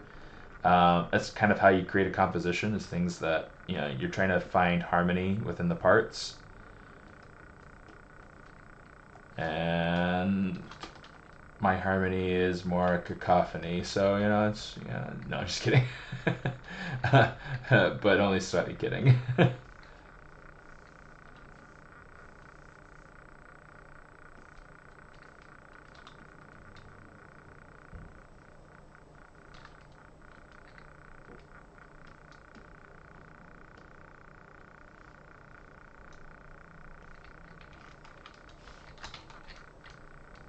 All right, that's kind of cool.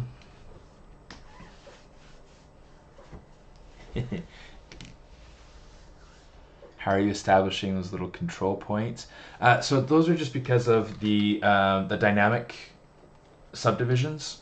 So those are there because those are the original points where the mesh is. So if I hit Shift D, you'll see the point fastens to right there. You know, goes away, creates a little orange control point. So it's literally just the cage. It's the main. I'll say the leftovers. It's the leftovers from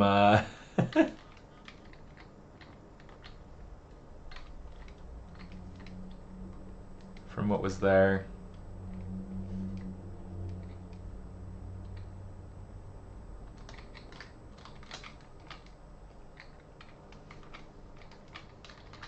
Cool. Okay, so she has come a heck of a long way. She's definitely starting to feel much more appealing. There's a lot left to do. Harmony is more like improv jazz. I love improv jazz. That's something that I used to do a lot in high school, and I don't anymore. It's a lot of fun though. As part of the jazz band, I wasn't. Well, I did solo a couple of times, but I wasn't like the lead soloist or anything like that. I was an alto sax player. Every once in a while, I would play the bari saxophone or the tenor.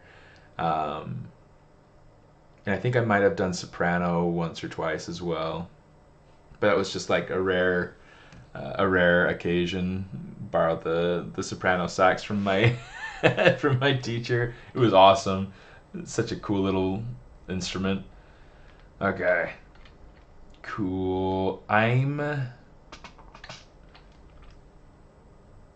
quite interested in like just doing something with these hands. Let's pose these hands. Here's what we're gonna do. Let's say geometry. We'll reconstruct subdivisions so that we have our lower resolution mesh. And then let's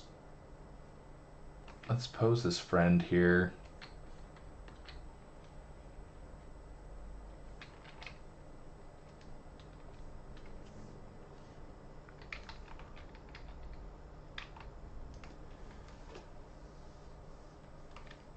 Yeah.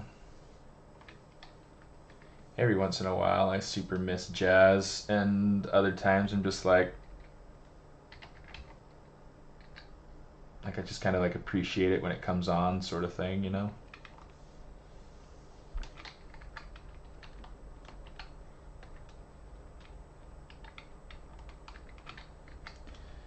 Let's kind of start rotating that.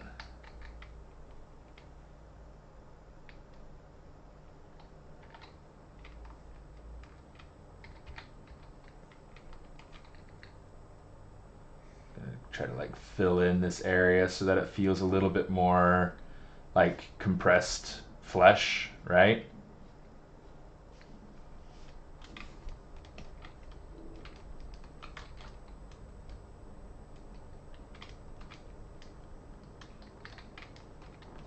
You know what? Let's go ahead and take this, move it, let's rotate it just slightly. I have no idea quite yet exactly how this hand is going to need to be posed, but I do know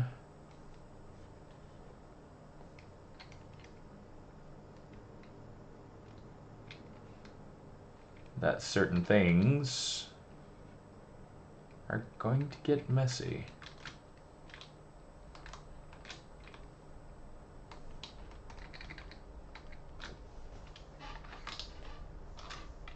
Come on.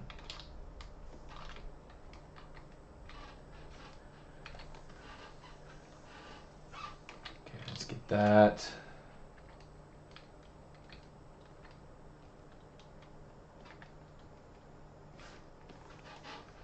Let's get this.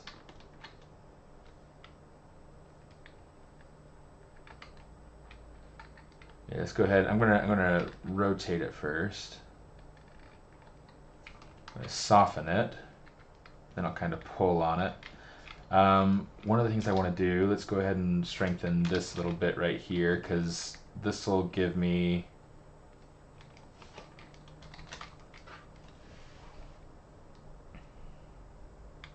it's like it's not in the right place. Hold on, let me see.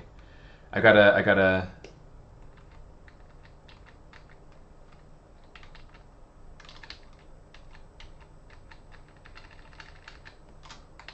here, let's do this instead, because this does need to be flatter, and I think right here is kind of maybe our better point to pull out. Again, not perfectly human, because those knuckles are super whack. You can quote me on that.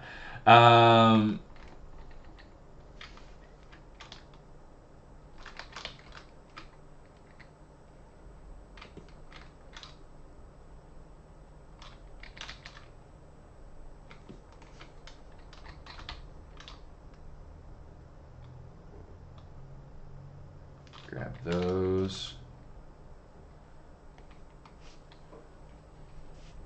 Not a musical bone in my body. So I can't miss creation. I can greatly appreciate when I hear something. Yeah, I get that. I get that. I'm not very good at it anymore. Like it's something where I mean, I don't know how much it would be like riding a bike. It's been close to 20 years now, which is wild to think about. It should be criminal to think of it having been that long ago.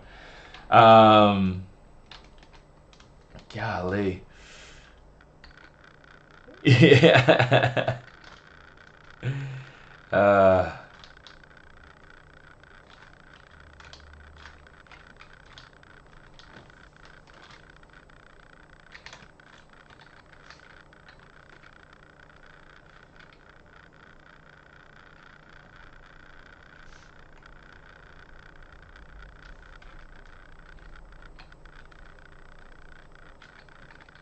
Something kind of like that. I mean, this needs to definitely not be right in that direction.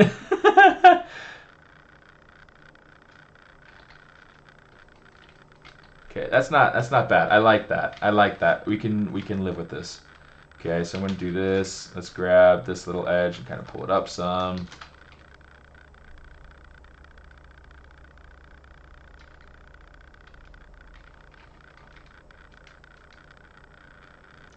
This is so much better. Look at that, guys. Look at that. So much better. 2 decades ago. Yeah. Yeah, I probably should just use decades.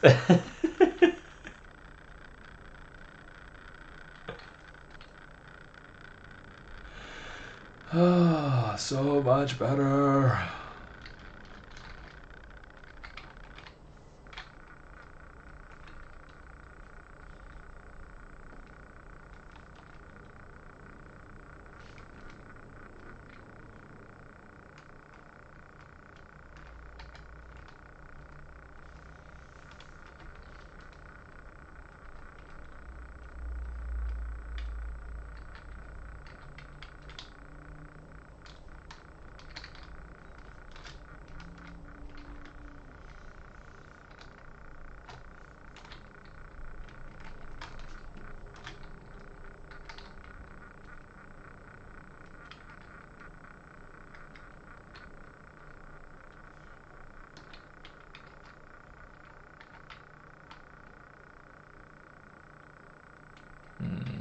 Let me see.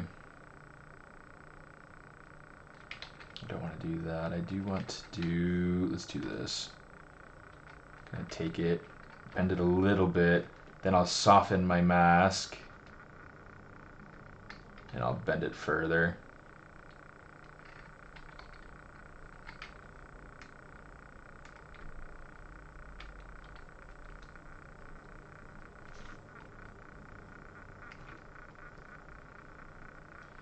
Let's kind of pull that down and in a little bit more.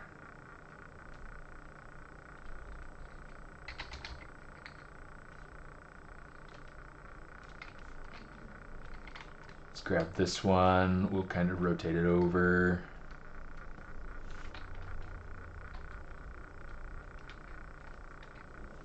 Let's grab this one. We'll just kind of like move it down. And that's creating a much better hand pose. I like it. I mean, I have some stuff to clean up in there for sure. But definitely much, much, much, much better. Yeah, let's grab this. Just really easy. I'm just gonna grab this and kind of pull it over. Maybe I'll just kind of use my smooth a little bit here too.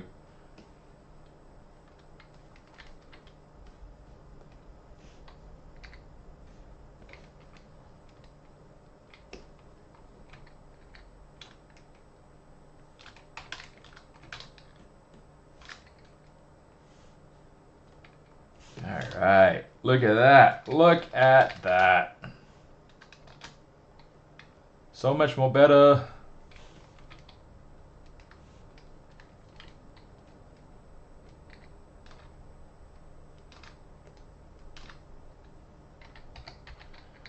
Come in here and just kind of inflate stuff a bit. Helps to create a more unified, compressed flesh sort of look.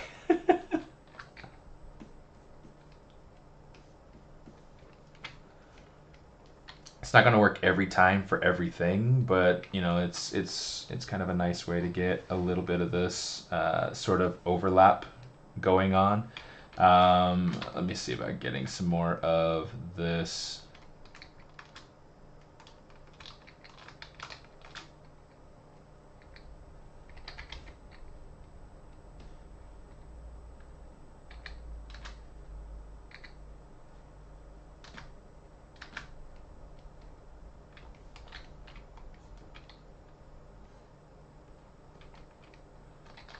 I'm mostly just trying to control the sculpt and trying to make sure that I'm getting the shapes that I want out of it.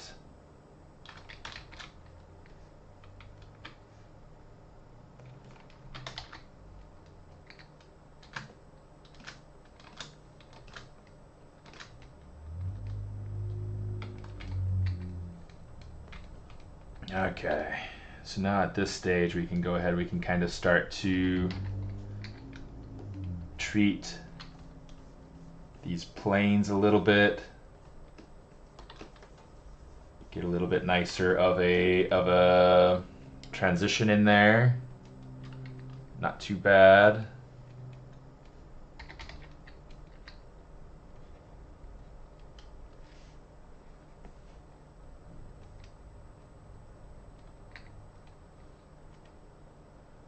I think I'm going to come over in here. Let's smooth that a little bit. I think I'm going to go ahead and lower the resolution and then inflate some. I just want to kind of close that gap a little bit.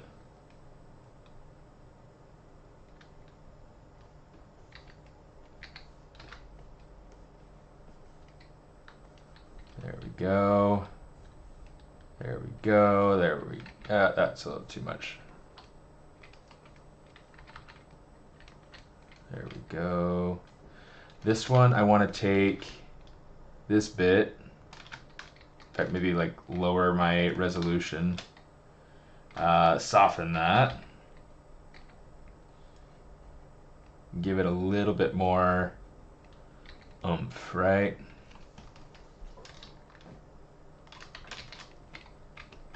Oomph. Oomph.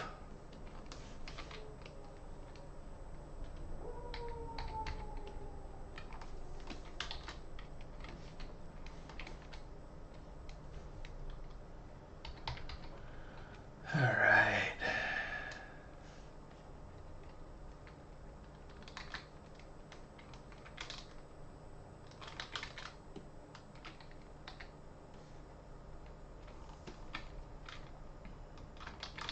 Trying to create like some sharper transitions on these knuckles because I feel like that'll help to create a better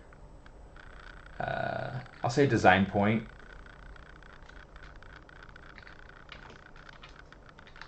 I don't like that sticking out that far, so let's go ahead and do this.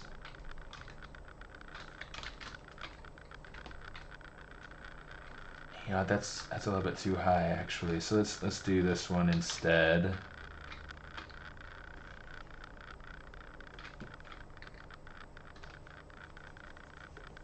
Let's smooth that one down, smooth that down. All right.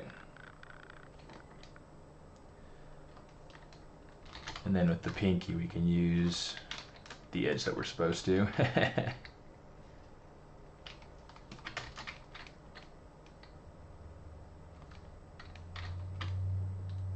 Okay, the thumb's fine. I'll leave that. So then we go ahead and we put this up to. Oh, I thought I still had another subdivision level. Let's go ahead. Let's add another subdivision level, just so that that smooths out a little bit nicer. And I like it. The thumb position's off, but I mean that's fine. I can figure out what I need to do to get that to work right.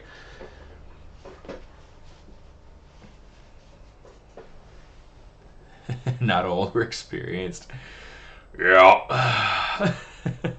Rotate it from the wrist for the thumb. Yeah, that's definitely part of the idea. Like that whole pad right through here, this whole section, definitely need to rotate that up. But you know, for the rest of the hand, I think that's definitely working. Yeah, I just haven't gotten to it yet.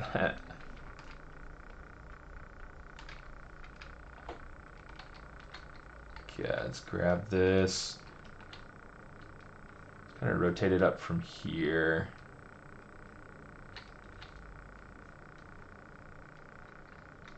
Kind of see what we can get.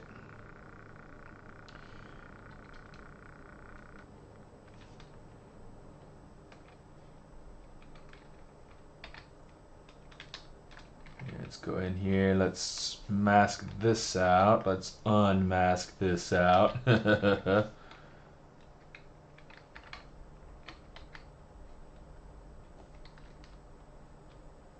feels unnatural, but let's kind of see. You know what, here's what I'm going to do. Instead of keeping it so that it's all super straight like that, let's bring this over here.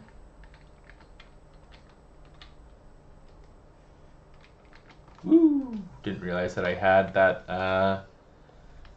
that bit over there unmasked.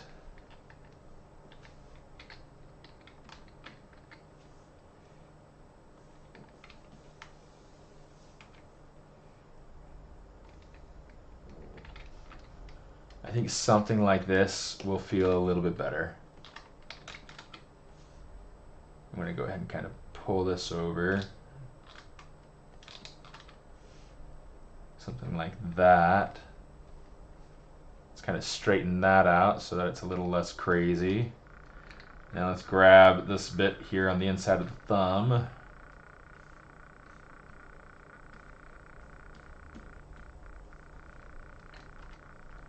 just going to kind of pull it over. A lot of this isn't going to be seen, so we're going to have to like tweak things in pose once we check it out. But it's not bad.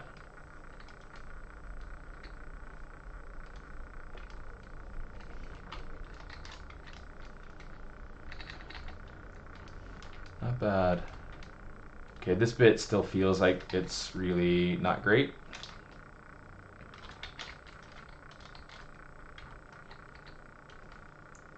Let's go ahead and we'll kind of get a little bit more of a hit point there.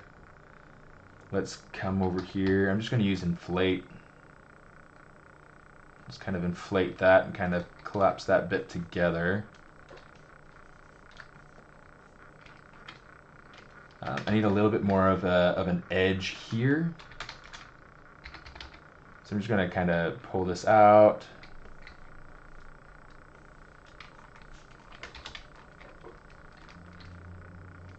And now that feels better. I think there's still some things in here that I need to kind of tweak. Specifically, placement. Let's go ahead and kind of play with that. Because I do feel like I'm getting kind of an odd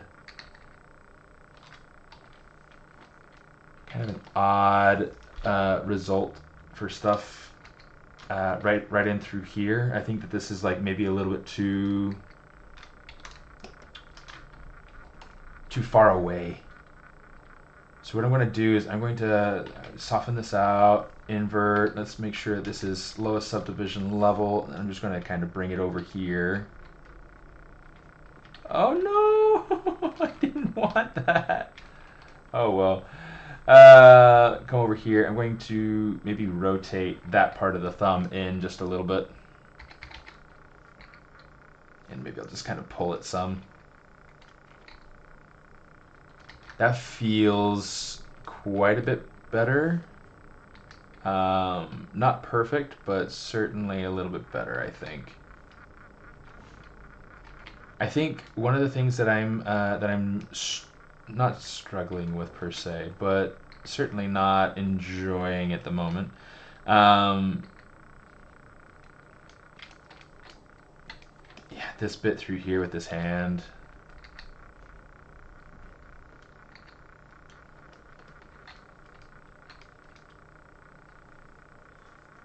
I mean, a lot of this down here is kind of off too, but I'm not going to worry about it too much since that won't be ever seen, except by you guys. Whoa.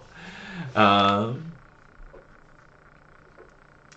much time do you need to complete this work? Normal speed. Someone asked me to do similar work with 4 different poses in 5 days. No. If anybody asks you to do that, that's not something that's that's not something that's doable.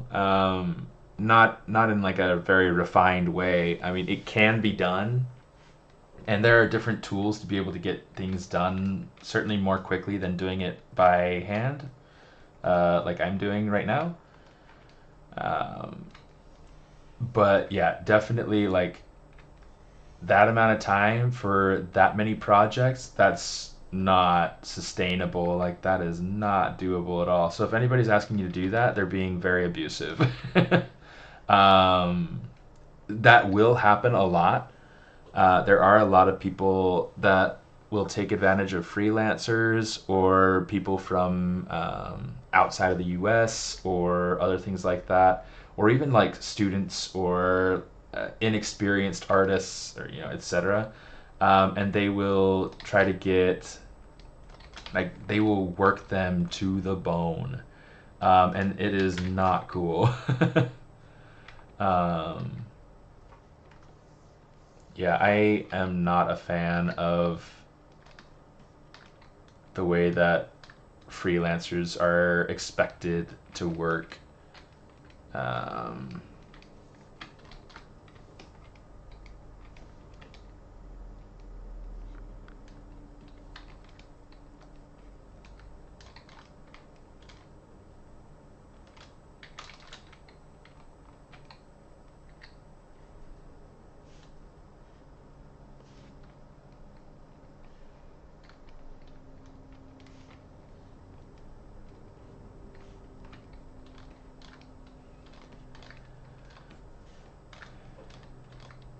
there's definitely a lot of abuseful expectations out there. Now, if you're working on a character with a rig, that's different.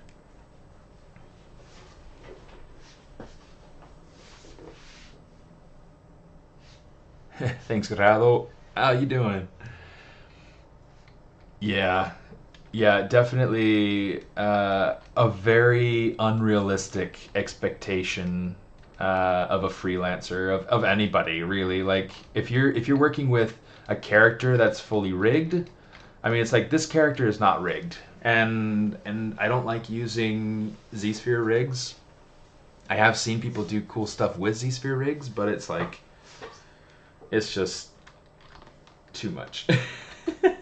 But with a rigged character, like if you had a character in Maya and you were trying to get lots of different poses out of a character in a short period of time, like that could be sustainable, that could be doable. But definitely not.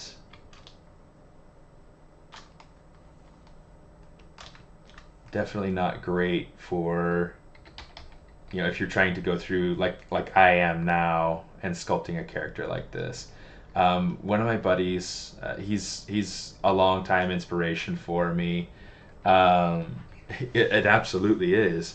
It absolutely is. Oh, 2 realistic models in a day. That's too much. That's way too much. 2 realistic models in a month. That's doable. It's a lot, but it's still doable.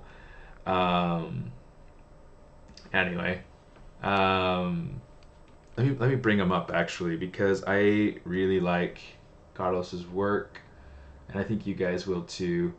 Let me jump over just in case anybody is curious though, and I'm trying to pitch this as much as possible.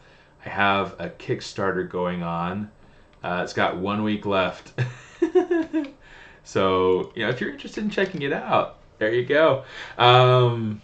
It's for these little vinyl sharks, and let me kind of show you real quick before I jump over into Carlos's stuff. These are my first vinyl toy, so super cool, and it's a lot of fun. It's I call them my desk pets. All right, Carlos Elizalde. Or Carlos Ortega.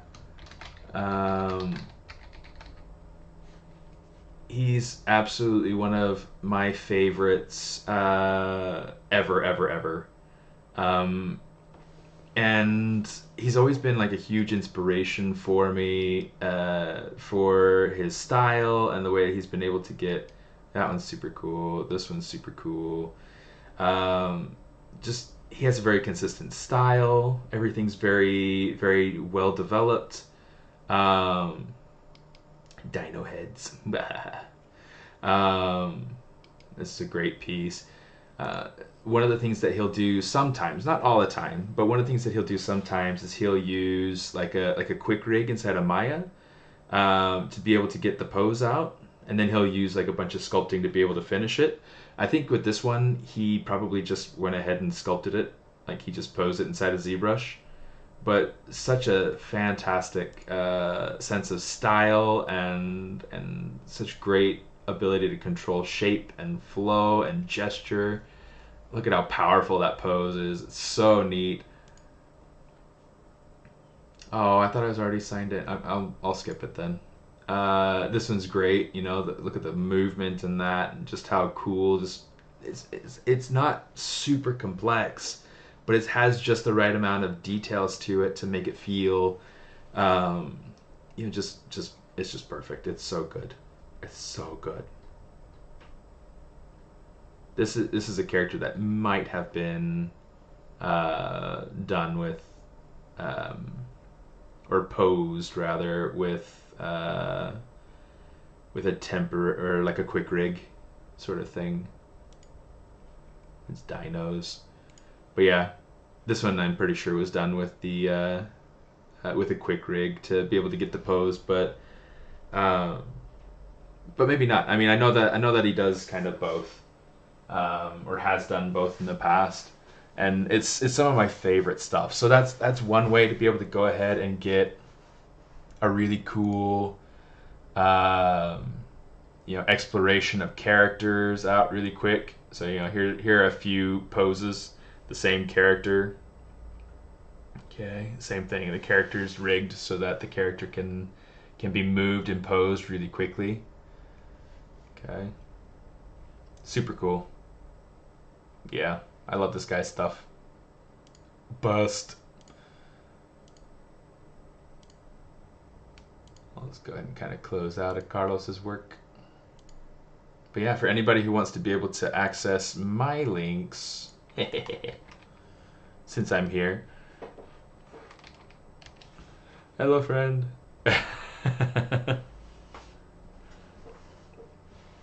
Yeah, I love Carlos's work. It's absolutely some of my favorite, and he's the reason. Like, he is my inspiration for getting into character modeling. Like his stuff is my favorite. Um, it was my longtime inspiration. So very, very cool stuff.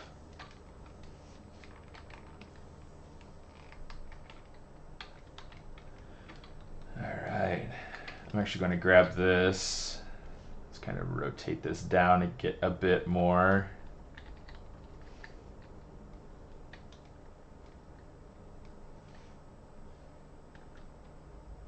Push that down, yeah.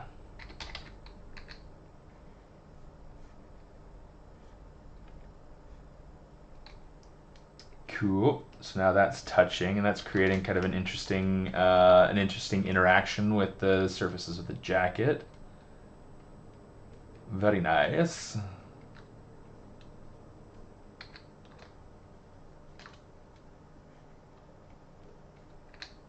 Cool. Okay. So we got that going on. That's great. I'm going to try to get a little bit more of a what's it called? More of a feel for folds through here. Okay, let's go ahead and kind of grab this. We'll just kind of pull this around.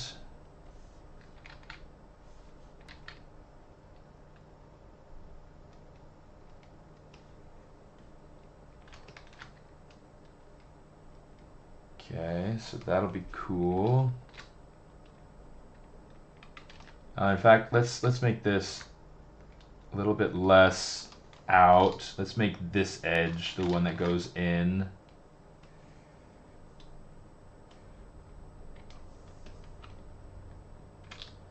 Then we'll grab this edge here. And then we'll just kind of make it, so one of the things that I'm trying to think about is these compression folds that happen around around the shoulder. It's not working out quite right for me yet.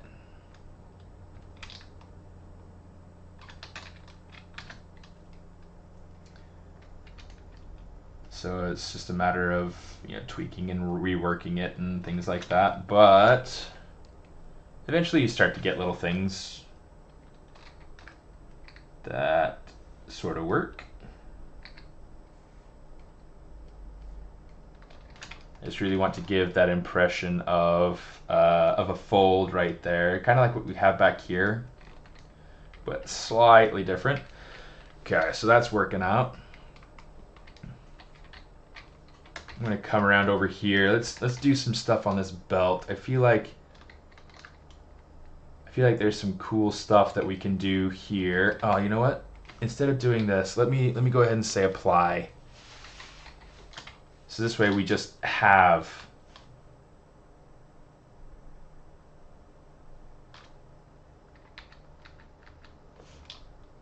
let's do that one instead. Let's do that.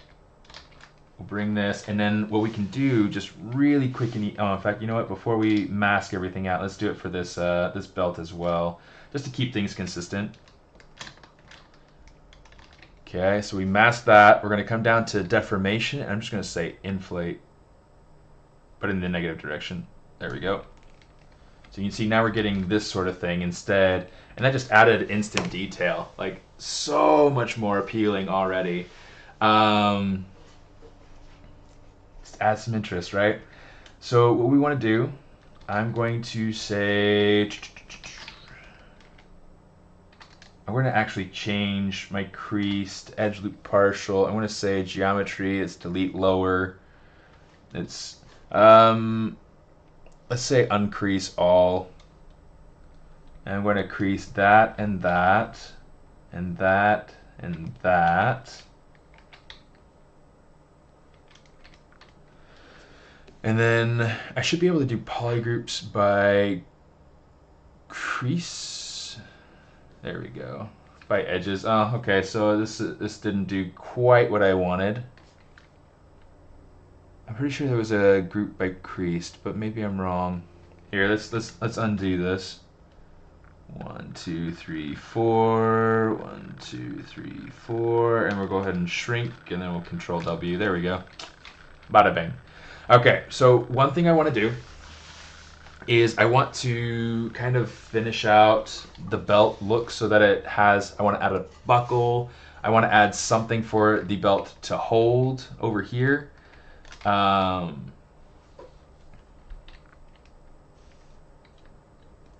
let me see. I'm going to say,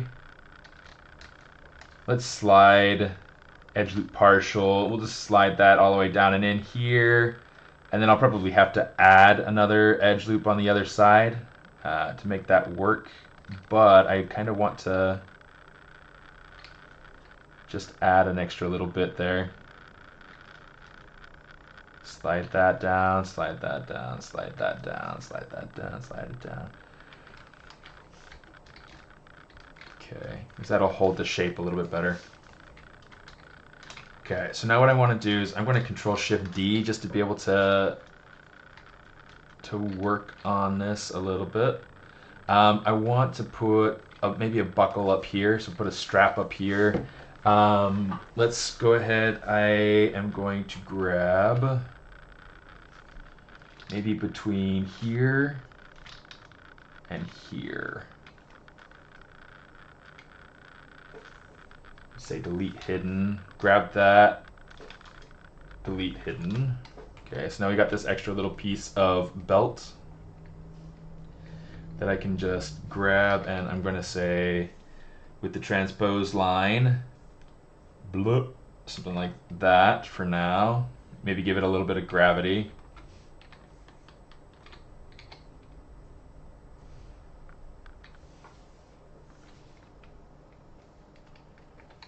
Cool. I think I'm going to get rid of an extra couple of loops here, just because I feel like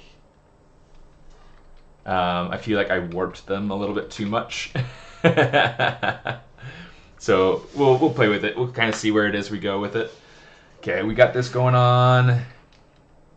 So now I need to go ahead and finish out the loop here. Okay, so let's go ahead and solo this out.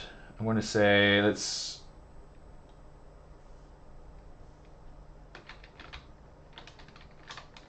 get rid of these. Or sorry, not those. These.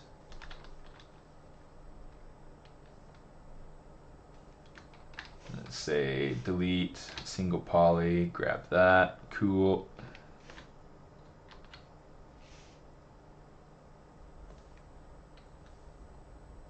Okay. Now the whole idea here, I'm gonna go ahead and turn on display properties. We'll say double so I can see both sides. So you can see I've got the 4 and the 4 on the back there. Awesome. I'm going to go ahead and I'm going to say insert single edge loop. One for the top, one for the bottom. Oh, I undid it on accident. Okay, I'm just going to work on one half at a time. So what I'm going to do, let's grab this. We're going to say, let's make sure I've got my gizmo out here. I'm going to pull this out.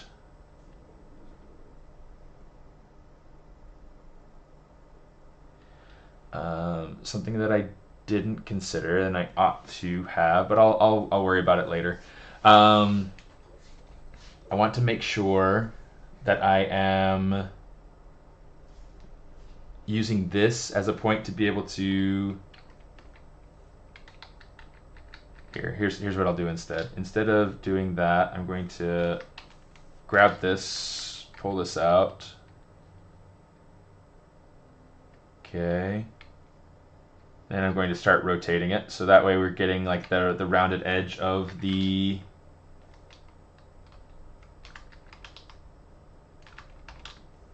belt. We'll bring this over to here.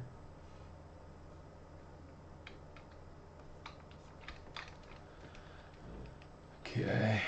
And I mean, it's not quite following the flow, so let's kind of take it, kind of move it forward a little bit. We'll rotate it some. That's a little bit better. Okay. So now what I'm going to do is I'm just going to hold Control, and then I'm just going to kind of click and drag.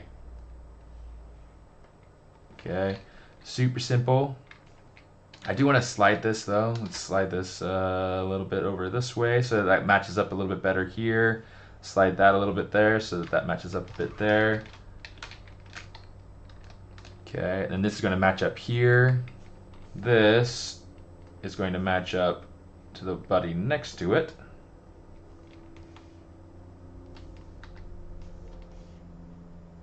Okay. Something right there, and then this should be able to kind of just match up here. So let's start bridging things together. I like bridge because it'll go through and it'll give you that extra polygroup color, so you can tell where you've made your changes and where you need to make changes. So let's go ahead, we'll grab this, put there, grab that, put it there, grab that, put it there. Now, if it's distracting having, being able to see a thing on the other side, like right now it kind of feels a little distracting, I'll just go ahead and turn it off.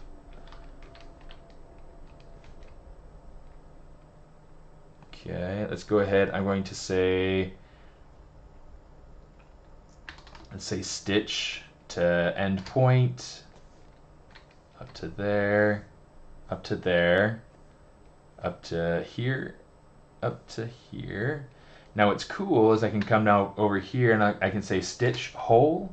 I can go here to here and it'll just kind of stitch it all together. Now it does kind of go through and kind of make things meet in the center, which you gotta decide whether or not that's something you can live with. Sometimes, most of the times when I do that, I forgot that it did that actually, that it took everything to that particular point. But yeah, usually I'm actually thinking about what the tool does instead of just trying to fill the hole. Cool. So we got that going on. I feel like we've got an extra loop in here that we don't need. So here's what I'm going to do. Let's grab.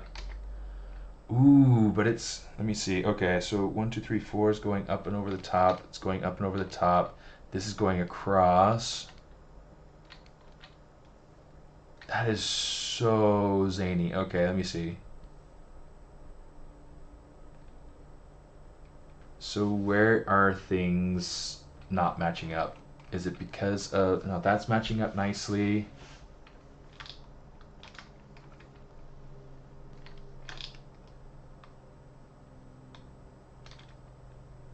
Because you can see that's going up. That should be going up.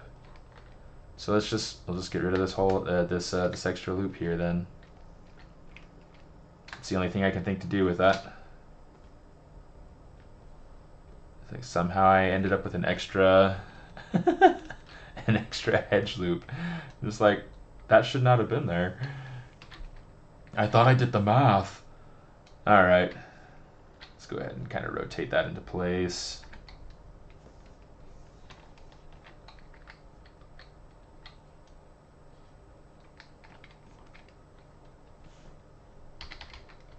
Cool.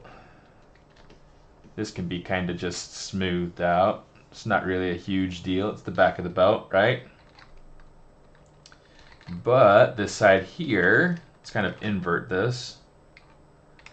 I'm gonna say grab all that, and then I can go ahead and I can smooth this.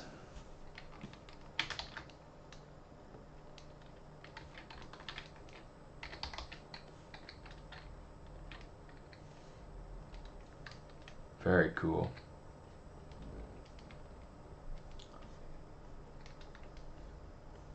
Yes.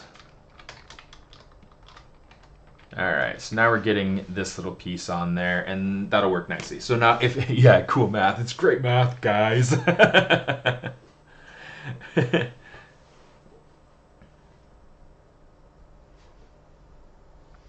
Yeah, it's like I'm running on like very little sleep this week, and so like my brain is not wanting to do anything. It's so bad. Okay. Now this doesn't have to stay exactly here. I can probably take this and move this up over here or something. Depends on what I feel like I need out of it.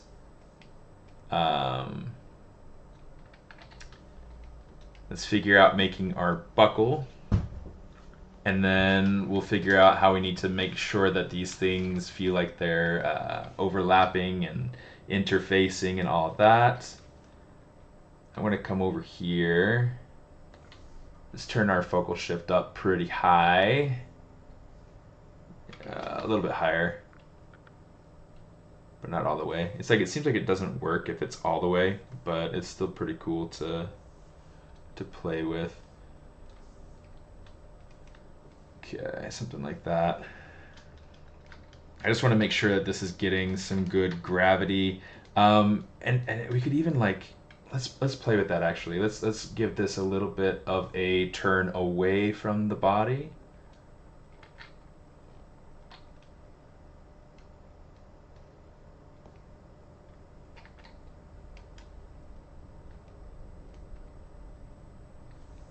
Yeah, it might be better if I took this instead and then just kind of rotate it.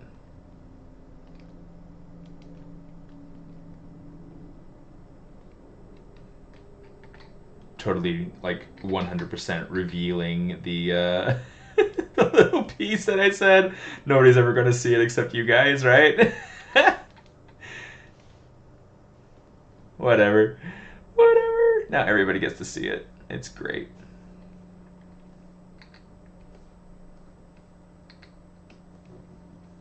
I'm just going to go ahead and kind of play with this shape, play with this flow just a little bit. I love how Varric's there, like, watching and is like, just delete the corner and then fill with quads. You'll be okay. And I'm over here like, Let me see.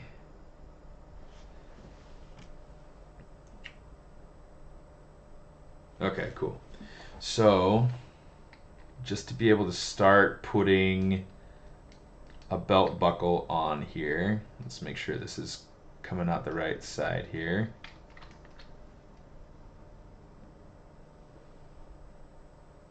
Hello! Absolutely invisible. Completely. Completely. I mean, it's like, there's nothing bad about it, right? Right? Right? Here,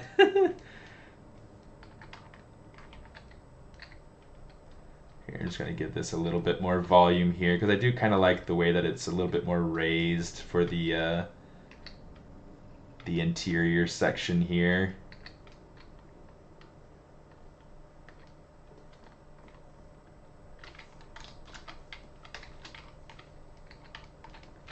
Cool.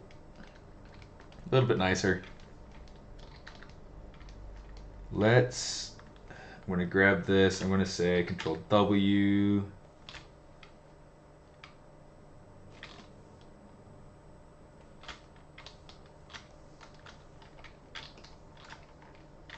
Come here, you.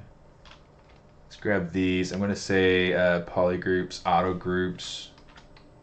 Oh, it gave me green.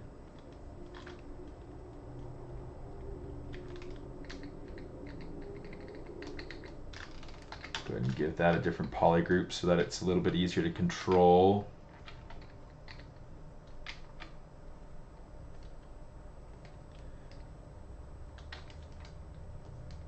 Just give it a little bit more thickness or something through here. Oh, come on, smooth, smooth. There we go. Maybe not smooth, smooth. Here, let me see. I do kind of want to kind of push out these edges a little bit though, just to reinforce the form a bit. It feels like it's like it's getting too bulky through here, so let's kind of get rid of some of that bulk.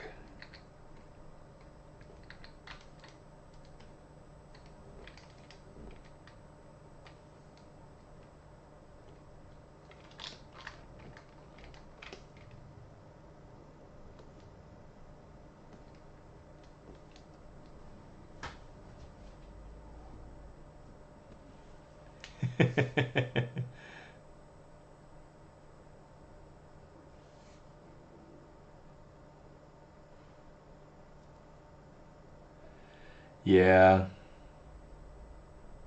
Oh, thanks, Mim.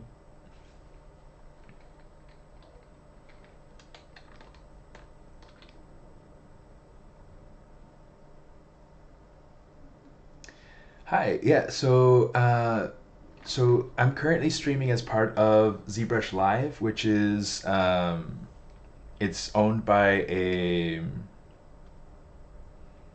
the Pixelogic group. So it's not. So this is not my personal stream. My personal stream, all my information can be found at. Oh, thank you. I gotta get her kind of up over here again so that she's visible. Maybe I'll put the whole thing. Let's put the whole thing.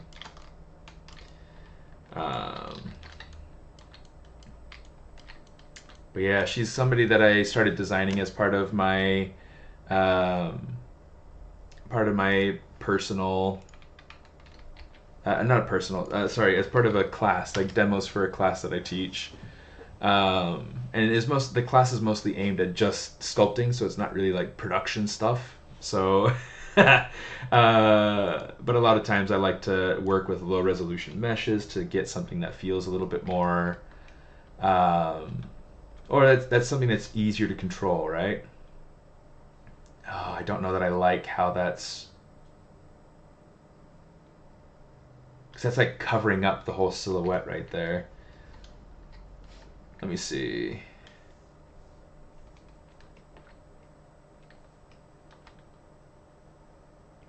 Let's see about putting it right here or something instead.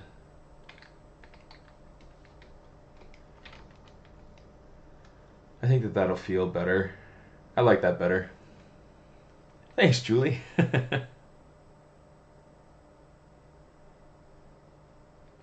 Hey man, how you doing? I'm pretty good.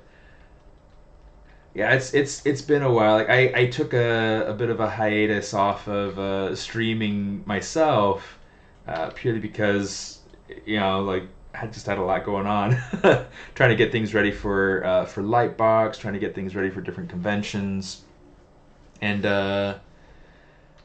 currently not really doing a whole heck of a lot. Whoa, I don't have my IMM primitives brush in there. Okay, so it's not a little known fact. I don't like the IMM primitives brush that comes with ZBrush. So I made my own, which I should probably make available on my website so people can go and download it. It's not anything super fancy, but it's definitely so much more helpful. Because I don't like with this IMM primitives brush how like the cube has poles like a cylinder. Like, it's so weird. So what I want to do is I want to go ahead and replace that. I'm going to go ahead and jump into my ZBrush library, must-haves, brush presets, my SMA brushes, and then I've got my IMM primitives, the first one up here. And I think that should be all I need. I'm just going to say Control C. Let's jump over here into the Maxon ZBrush folder, which is under the C drive. It's under Program Files. Get into ZData. Come on. ZData, Brush Presets, and Control Paste. Everything in here, I say replace the file and destination, which is great because I don't like the file and the destination. So now that that's replaced, I don't even have to go over and restart ZBrush. It's super, super nice. I can just come over here. You see, right now it has the original one. I'm going to say reset all brushes, and that's just going to go back and look at that brush folder and bring in all the basic, settings. So now if I look in here, now it's got my IMM primitives brush. Super good. Super good. Okay, so I'm going to go ahead and select this. And I'm just going to grab the simple cube. Or I could grab a ring. I don't know. Let's grab a ring. Let's grab the ring simple. And we can just kind of drag that out. So you can see now it's creating this interesting sort of thing. I kind of like the roundness of that. I was going to go through and kind of make like a traditional-ish sort of belt loop. Or belt buckle, where it's got like the thick end and it's got the thin end kind of tapered funny and all of that. I'm just like, maybe I'll keep this. Let's see, it's gonna come over here. Rotate that.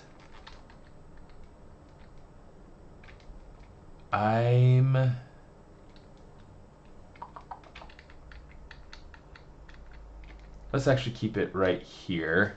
I do want to sort of inflate this just a little bit. Okay. So now we're getting this sort of effect. I don't know. Let's do this. I want to say split, unmasked points. Okay, so now we got this piece. I want to say Control-Shift-D. I'll keep one that's just a circle, and then I'm going to kind of modify this one so that it's a little bit more something else, right? Move infinite depth. Let's just kind of shape it.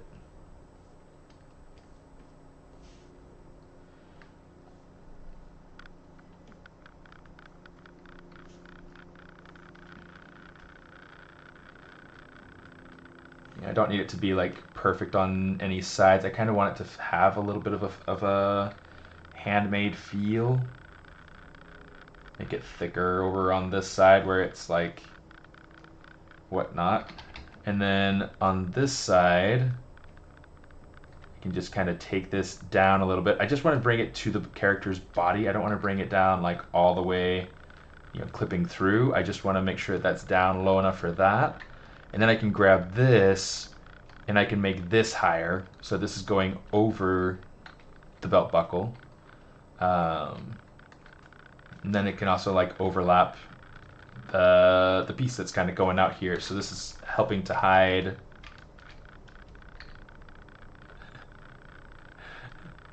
I'm just kind of trying to create the illusion that I've got like both parts of the belt in there, right?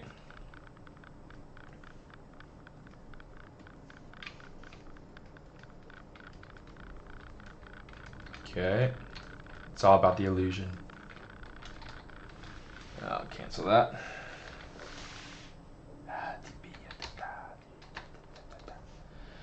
Let's say crease, edge loop, partial, boom, boom. Boom, boom. Okay, so now we're getting something like this, which also I'm not 100% sold on, but we'll see. We'll see what we do. Let's go ahead and hit these creases. Okay, good. Level of 1. Yeah, that works. I want to adjust. I always want to adjust, right? You know what? Let's make this buckle much more like this. I kind of like the idea. Let's make this a little bit thicker here. and then like not as deep, and then that'll kind of create an interesting paradigm there. Wish I had a pair of dimes. Just kidding. Okay, so we're getting this sort of thing in there, and that's kind of cool.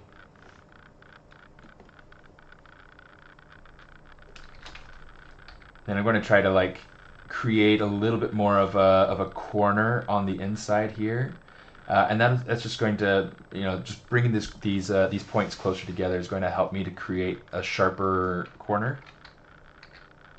Okay. Again, I'm trying to keep it so that it's a little bit more handmade.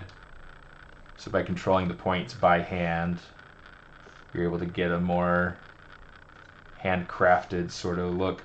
I want, because like one of the things that I want to be able to create is this idea of, you know, a character who maybe has to travel a lot, or has to, you know, be constantly, I mean, she's a space fantasy elf, so maybe she's constantly in her ship, and she doesn't have really like much of a home base, and she just makes things out of what she has. So I don't know. We'll have to see. We'll have to see like how much is kind of cool. Give it a little bit of a bend.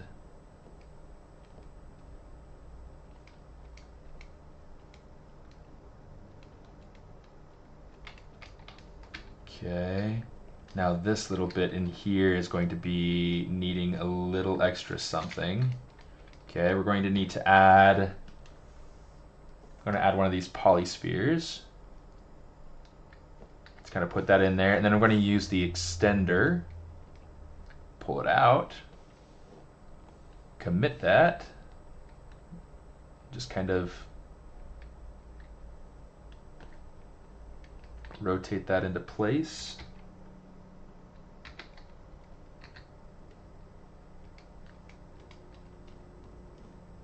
Give this a little bit more of a shape. You see, I'm trying to get like this little taper here, so it's like thinner here, wider here, and I think that'll create kind of an interesting look. I like the chunkiness of it. I think that that's really cool. And you see, like up here, I've got the stitches across the piece, across her her blouse piece or whatever. Those stitches are really nice and chunky. So I'm trying to find other ways to bring that sort of element into the space. Let's do something kind of like that. Now with this, something cool. Okay, I'm going to invert this and mask that out. Okay, I'm going to let's do this. Let's do this real way. Let's grab.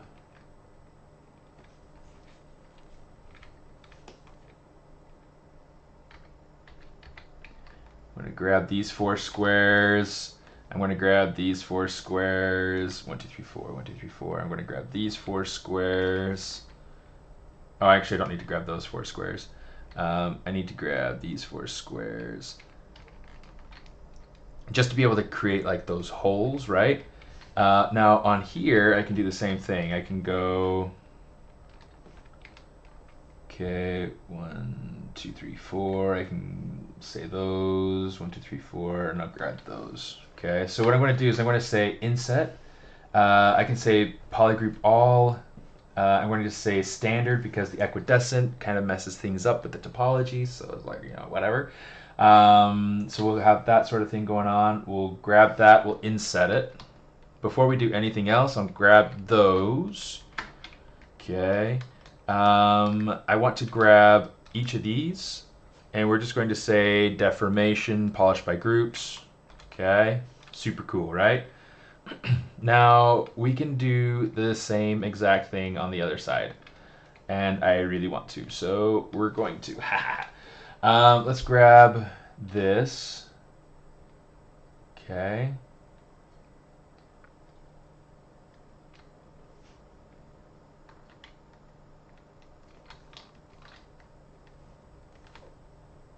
Okay, that should be about right. If it's not, then it should be close enough. One, two, three, four, so that should be there. Okay, so we'll say inset polygroup all. We'll grab these and let's make sure that these ones are masked out because I don't want to double polish. Polish by groups. Okay. I feel like they got a little bit smaller. Polish by groups. There we go. That's better.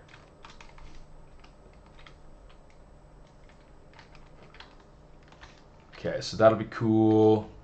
We'll have to fix that here in a second. Oh, here let's do it all at the same time so that it's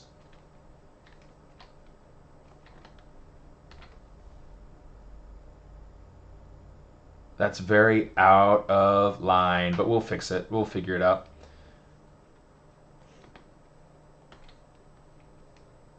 Because that is the right space. It's just not lined up. Okay. So we'll say inset. We'll grab these and we will say polish by groups. Very nice. And in fact, we can just go ahead and get rid of these. So let's go ahead and say delete hidden. I'm going to grab display properties. Let's say double. Boom. I'm going to say bridge, 2 holes, minimum resolution. We'll say polygroup flat. Grab that and grab that. Grab that and grab that. And so now we've got these holes built into the character's belt.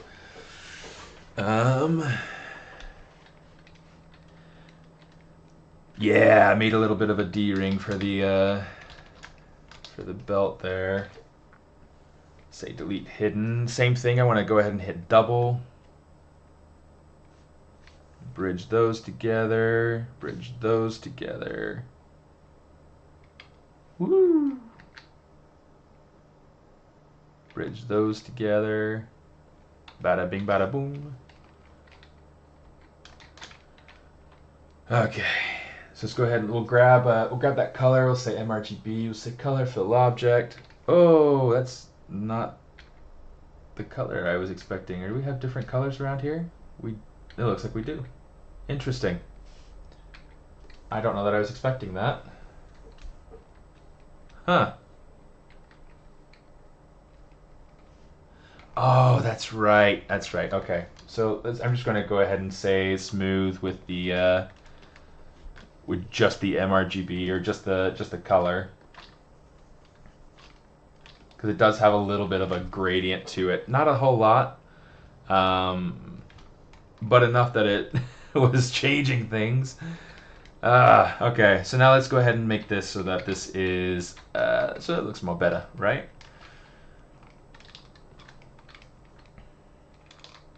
I'm going to grab these,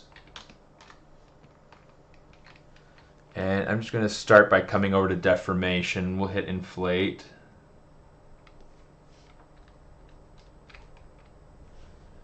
And then we'll come over here, geometry, not geometry, sorry, deformation. We'll say polish by features. See if that gets us anything good.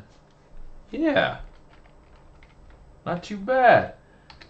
So now I can go ahead and I can grab this and start to manipulate this so that it fits around.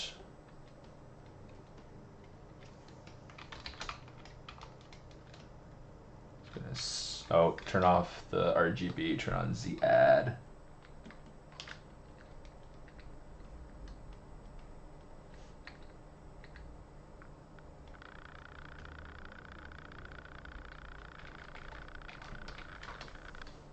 I guess I didn't get the color smoothed out over here, so let's get that.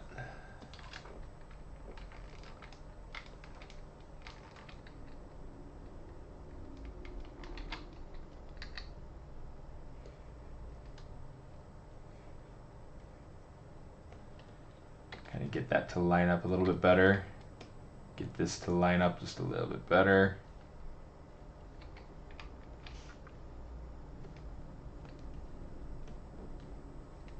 And what's cool is that we can just kind of like push this and warp it, and it feels like cloth going up this this piece that's kind of going through it, right? So really kind of a neat thing. Let's grab these guys here, and let's say polish by features. Let's just do it, and then we'll say inflate negative direction so that it is a little bit better, and we're good. Super cool.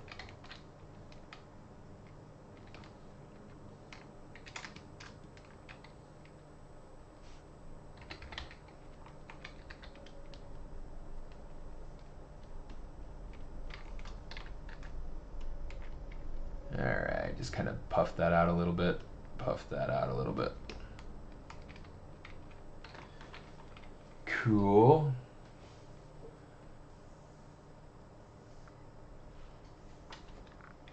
Oh, I didn't realize I had that set to clay. Alright, that's cool. Alright, so we'll do this. Let's go materials, say color, fill object, just to make sure that that's all one material. Same thing here, color, fill object. Alright. Salmashkula. I'm not going to change the material on this yet, but I do want to change the color, just for the buckle, right? So let's go ahead. I'm going to grab this, maybe add a little bit of color, but I want it to be a warmer color. So we're going to put it to more of an orange.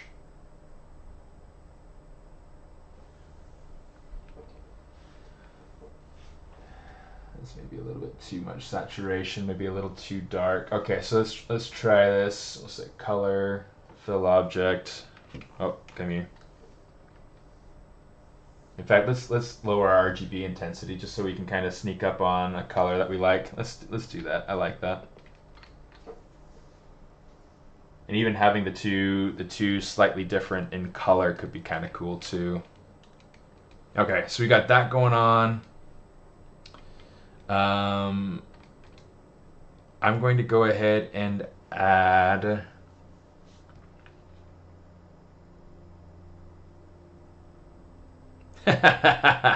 you know what I just noticed? This is the wrong direction. Okay, so check it out. Okay, so this belt, I do this all the time too. I don't know why we didn't have the ZBrush Summit this year. I think it was just kind of a lot of craziness and trying to get the new version of ZBrush out, plus the acquisition and things like that. But yeah, I'm not very privy to those conversations, and even if I were, even if I were, I'm not authorized to say. Yeah, because I don't work for Maxon. I don't work for Pixelogic. I work for Blizzard. I work on Overwatch as a character supervisor. So that's kind of my background. But yeah, so the thing that I'm looking at, the thing that I'm noticing now that I wish I had noticed before, you can see like the belt is going into the D-ring this direction. Not a huge deal. I mean, it should be easy enough to fix. It's just a pain that I did it the wrong direction. But because the belt is going this way, this little piece is meant to be pulled against, and it's stopping because it's running up against the rest of the D-ring of the belt. But because the belt is pulling this way, it's going to essentially pull this away from the D-ring, and it's going to make the belt open. So like a dummy. Anyway, I'm going to grab this and I'm just going to give it a good 180-degree spin. And then similar to what we did earlier, just to be able to make sure that this is fitting and working properly, we're going to do pretty much the exact same thing. We're just going to move it. So let's go ahead. We'll take the belt. We'll put it back down against her body a little bit better so that it is, yeah, so just so that it's flat, you know. Then we'll pull this out. We don't need it to And I'll go through and I'll add another piece of what's it called? Another hole.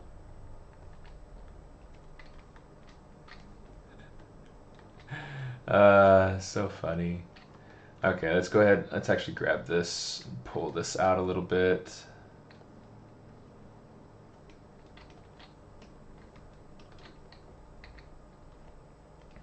It's only sort of funny. Stop laughing that hard. Okay, so we'll go ahead. 1, 2, 3, 4. We'll grab those. Same thing. We'll inset. Awesome. We'll grab these guys. We'll go ahead and we'll say polish by groups.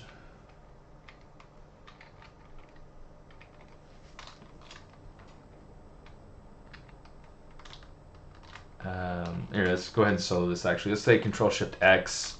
I'm going to make this a different color because I want to make sure that I can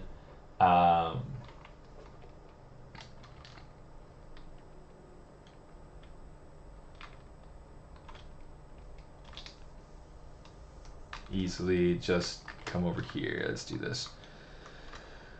Grab those. Okay, now we got this. All right, now we're good. Woo! Okay. Let's grab this. I'm going to say polish by features. Okay, and then we can say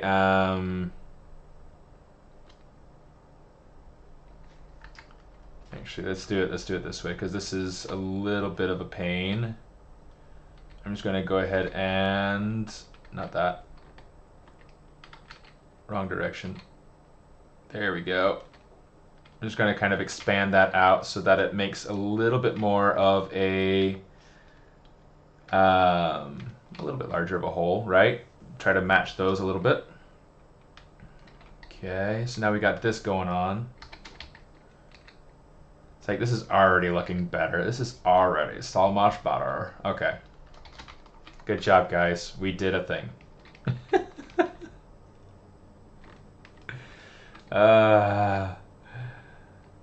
Okay, so let's make sure that this is feeling like it's kind of, you know, being pushed down into the belt buckle.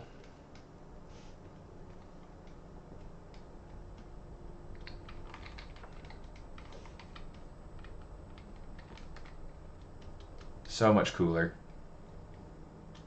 Look at us, guys. Look at us. Okay, let's get that smoothed in there so far as the color goes. I'm going to actually pull this out a little bit so that it's a little bit more visible.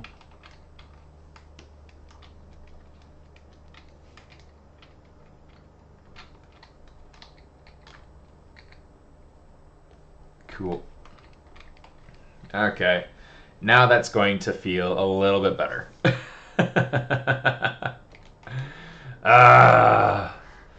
So funny. Okay, anyway, we've gotten some decent stuff done today. We have a long way to go for this character to be finished.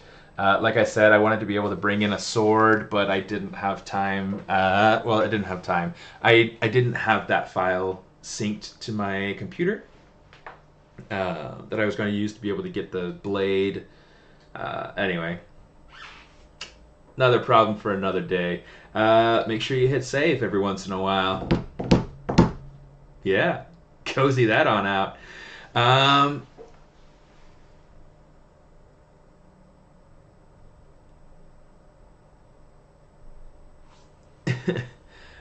not looking for campaign help. Just anybody who's interested to go through and contribute. So,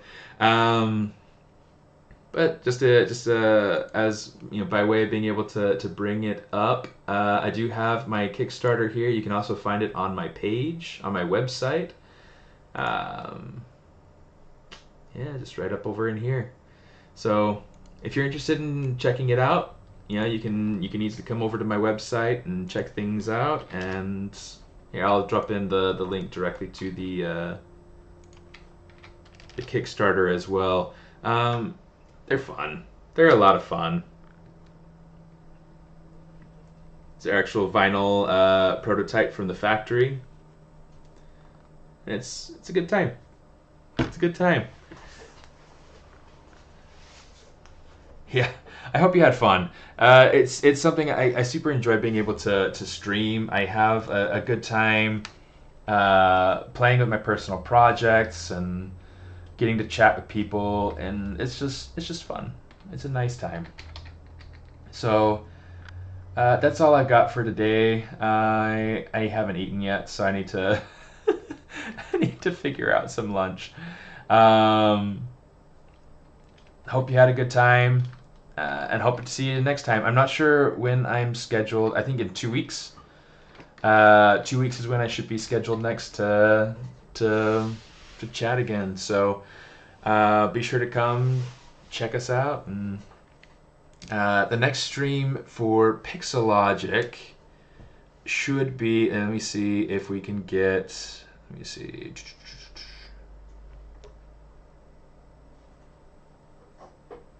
It's not pulling up the website. There we go. Come on. ZBrush Live. The next stream is on Tuesday with Chloe. There's a possibility that there could be somebody else jumping into stream between now and then. I'm pretty sure I saw somebody scheduled for tomorrow. Maybe not. Looks like Tuesday is the next time. But yeah, keep your eye out on stuff. Chloe's really fun. She's really great to watch. Jose's got some really cool creature stuff. I'm not very familiar with Andre, but he's got some really cool stuff that I've seen.